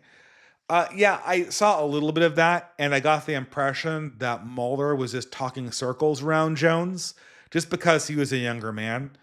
I think I see what Jones is saying. I just think he's too old for the debate circuit. It's a classic example of the Mike Tyson versus Paul. Was who was the guy? The young blonde bleach haired guy. You know, Tyson's obviously the better boxer, but Paul's like 40 years younger. So what are you gonna do? Logan Paul, right? That's it, right? Uh, Logan Paul's 40 years. Like, what are you gonna do? You're gonna beat the guy when you're 66 years old? Like, what are you gonna do? Right? This is nuts. And so the same thing is true for the debate circuit. Like, I think what's benefited more than like a who's right thing is like what are the core threads that each of these people are tracing and how can they be synthesized into something that is more useful for us going forward, because like race autism is not going to get us out of this. Like the 100% pure Bavarian phenotype thing, that is not, I mean, maybe you can worry about that in a different age. That is not relevant right now. Right now, you need to save the germ line, like the line of begats. You're not purity policing. So like race autism really has no place in the discussion, and it's completely unsuited for this age, in my opinion. Um, Aaron Dragon for $100 USA. Hi, Dave, longtime listener and appreciator of your wisdom. Your advice has been helpful to me in finding a way back to the church. Oh, well, thank you. God bless you. And courting my wife. Well, thank you again, with whom I now have a son. Triple congratulations. Thank you. This is a $100 super chat. Oh my God, I'm very, very grateful for this. God bless and thank you for taking time out of your busy life to continue the podcast. Well, thank you. You're making it very easy for me to continue with that generous contribution. And congratulations on the son. I want everyone to have more kids. I know it's like, oh, well, we have to have a few guys who don't have kids to be like brave leaders. And I think, yeah, you need like 1% of the population to do that. The rest of you guys, like, the rest of you, more or less elite people who are above the 20% cutoff for most women, but who are not so elite that they have to be like the Chan Superman of this age.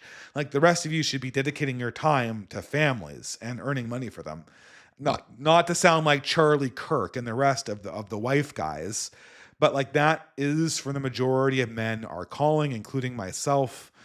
I really appreciate that you've gotten so much out of what I've been able to offer on this channel. But between one father to another, my channel is nothing compared to what I brought into this world with my son, or what you've brought into this world with your son. So, thank you very much for your appreciation, and God bless. Asteroidal Assassin for $3 USA.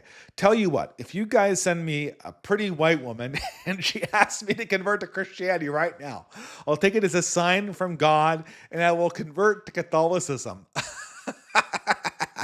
Okay, well, okay, but become king of a Middle Eastern country, and maybe we'll negotiate with that. Yeah, maybe you can be the person who returns Constantinople to Christendom. That would be awesome. Yeah, that would be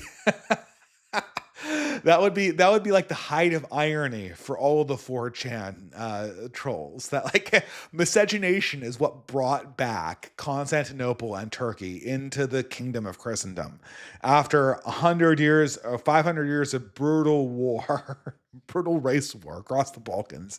It was miscegenation that did the trick.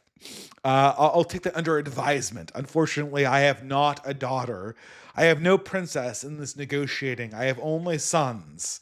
So, but I appreciate the offer in the spirit in which it was given. Um, Asteroidal Assassin for $3 USA. But Woke has been defeated. The new game is Marvel Rivals. has women with big asses and tight spandex. The right one. Oh yeah, we got boobs back into video games. Nosferatu proves that the woke has been defeated because now I finally have a German, blonde, white, happily married heterosexual family that, like, immediately gets victimized by a vampire. So, but it's there. It exists. It exists. So I know that the woke has been defeated because I have like that one little, like that little token that I can take with me to my to my grave. Thank you, Asteroidal Assassin. So will Acolyte for $5. I've been reading and writing a ton recently and started a Substack. It's hard to find people to talk about books though, IRL. Even when I give people books, most don't read them. It's frustrating. By the way, how did you like 2666? It's into 2666 is, I want to do a book group on it. I really do. I really do. I want my family to read that book and to get a perspective on that book that is, because it's almost indecipherable. It's just, some parts are really good and haunting and memorable, and other sides are just like nuts. And I don't know what to make of the book, to be quite honest. It seems to be communicating something, but I feel like I have to read it again. Like Sartor Resartus, I'm reading it again so I can do a review of it because it's just so thick, and you know that there's parts in it that are magical, but you don't exactly know what it means, and kind of feel unworthy of the book. Like I'm not at the level to get what I should be out of this, but that's kind of cool, right? I don't know. I want to read it again. Gavin Davis for $20 USA. By the way, so will Acolyte. I think that the new order of the day in 2025 is to transition a lot of these basket weaving projects into book groups. I think that's a great basket weaving project. So it's not just always like meet up for beer, right? Like, you have to do that to integrate new people, but you need to have an objective, like organizing politically or doing arts and letters or, a project, right? Gavin Davis for $20 USA. You mentioned that in college, you get feeling that you're going to be an important person.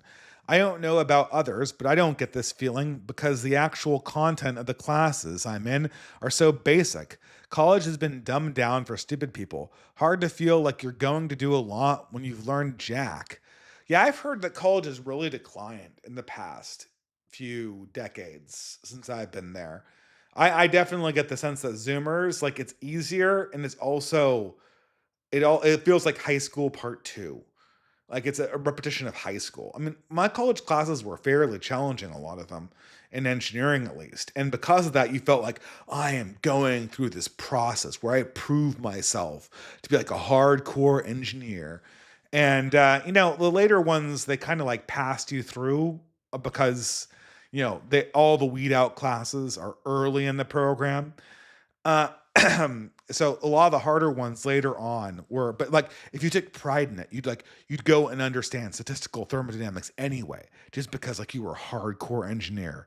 But I can definitely see that with modern college. I don't know what the point of modern college is anymore. I don't know. Even as boomer defenders don't know what the point of it is anymore. It certainly isn't financial. What is it? Is it to price women out of the dating and mating market? Like that seems to be the point of it. That seems to be the point of college, is to price women out of getting married to men their age. I mean, sorry, Zoomers, that wow, you got fucked.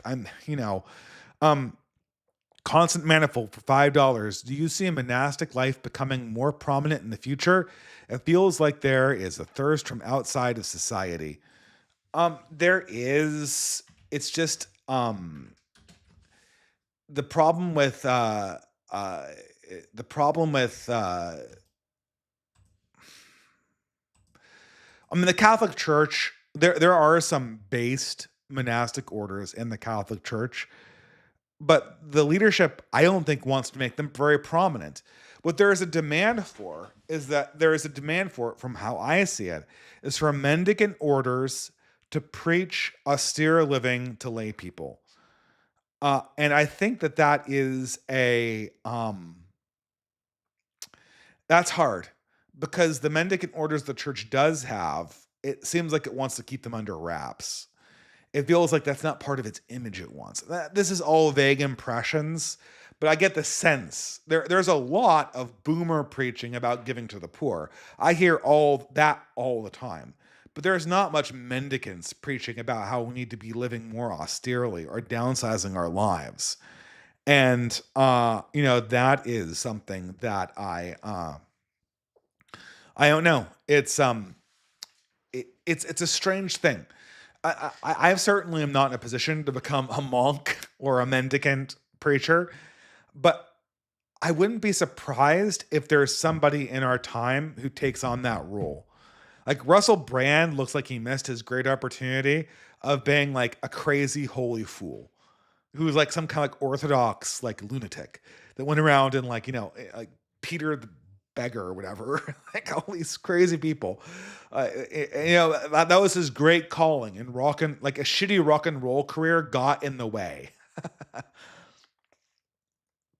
uh Vegas for $77 USA. Gender ratio of new arrivals is out of control. My coworkers, 10 years older and mid 30s, are trying to wingman for me at their old stomping grounds, and I got a real tough look compared to their memories of what normal public gender ratio is. So, what do you mean? Does that mean what's the gender ratio? Are you saying that there's not enough women? Like wingman means that you went to a bar, old stomping grounds, so there's not women there. Well, and that's not surprising because no young people go to bars anymore. It's all online. Now, I hear that's going to change. I hear that's going to change, but if Catherine D from Default Friend is to be believed, everyone's going to gradually start doing things in real life again. But right now, everyone is still mostly online, and attempts to go to bars are very, very, very difficult. I don't know. I think you've got to go through like more normal activities and more ordinary community. Make a job writing or aggregating or doing work online and being part of a community that way. And try to take over some boomer thing that people are retiring out of, anything like that. And that might make a name for yourself that women might gravitate to. But I wouldn't expect to go out to bars these days and find anybody there. Certainly not many women. Owen Zaleski, not Zaleski Dave, not Zelensky Dave. Owen Zaleski, not Zelensky. Owen Zaleski for $5 USA. Your super chats always come at the end. Now, Neil Shenvi, not Shivani. Yes, Neil Shenvi. Okay, getting the pronunciations right. Hello, Dave. Glad you're back in the swing of things. How you describe Neil Gaiman reminds me of your critiques of anime. I'm thinking of making something of an art scene in my very liberal state of Maryland. Any advice on getting something started with basket weaving? Well, like it's almost there. It's almost there.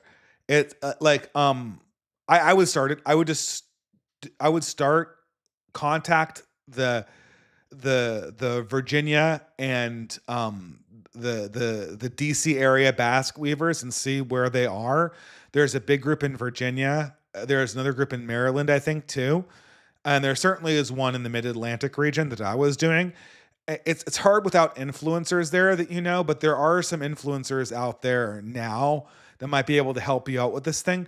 We tried to do an art event in California and it didn't quite come together yet, but my feeling was that it was a good idea. It just we hadn't quite got to that maturity yet. We hadn't quite gotten to the level where we could push it through and make it a reality. But I do think that I think it absolutely is something that basque weaving could be used for. I think that the key thing is, first of all, you need to oops, I deselected you. You need to find close friends with basket weaving, a few close friends rather than 1,000 acquaintances. And I'm a hypocrite there because I always move around and I can't keep people straight in my head at this stage. You need that. Then you need to try to rope in some people who do online stuff so that you have one foot in the real world and one foot online, and that you can get the online people to attend real world events. And then I think you kind of go from there. I think that's the step where we all are. Doing events, like I said before, we have not been able to get events that, like, our way to get events started is to have like multiple influencers come together and hold a big banquet with like 50 to 100 people. Like, that's our event model right now. We don't have a very good like formal event model for people that don't have the influencer side down yet. That's essential because in order for basket weaving to work, the organizers need to have more power than the influencers. And right now, the influencers have more power, which, I should not have more power than Black Horse. Black Horse should have more power than me. That's how it should work.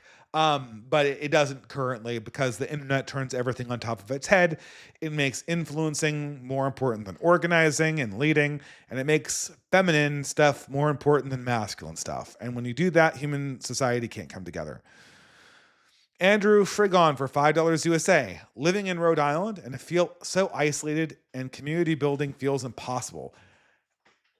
I think we have a basket weaving group in Rhode Island. Have you tried that? You should DM me. We certainly have one in New England, the Ivy League Weavers, they call themselves, and I've heard that they're doing pretty well. So that might be. I have known nothing about Rhode Island. I don't think I've ever even been there. We were on the opposite end of New York, and crossing over Manhattan was never an attractive proposition, even for a vacation. So I think you should try basket weaving. Reach out to other people in like New Founding or Rich Runner. I don't know. I mean, there must be a few base churches in Rhode Island.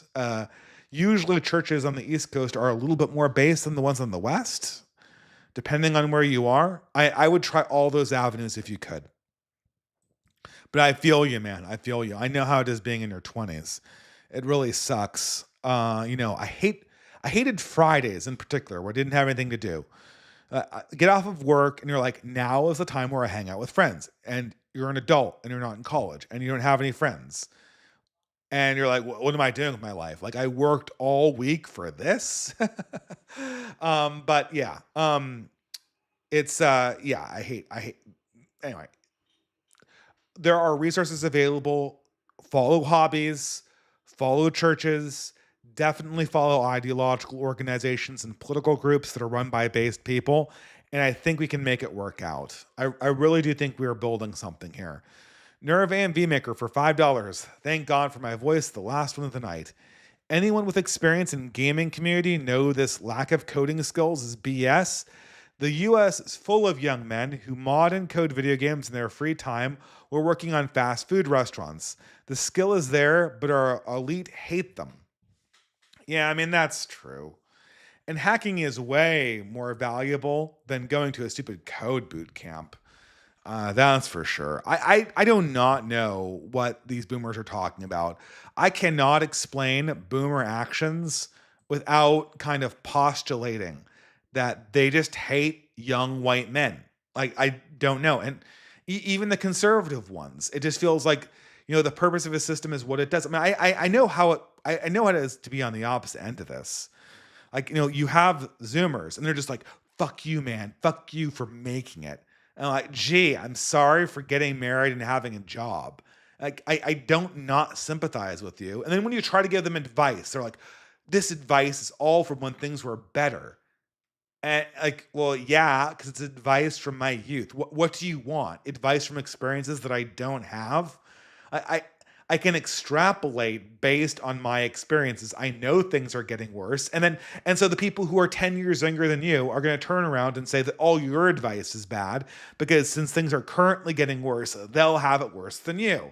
But that being said, that kind of like Zoomer preference from complaining over all other things, like these boomers and extras are just doing no favors for themselves. And sometimes I just do not know how to explain their actions without saying that they just have this deep antipathy for people who come after them. Anyway, guys, I'm going to close here and end with a psalm for the night. Psalm 1.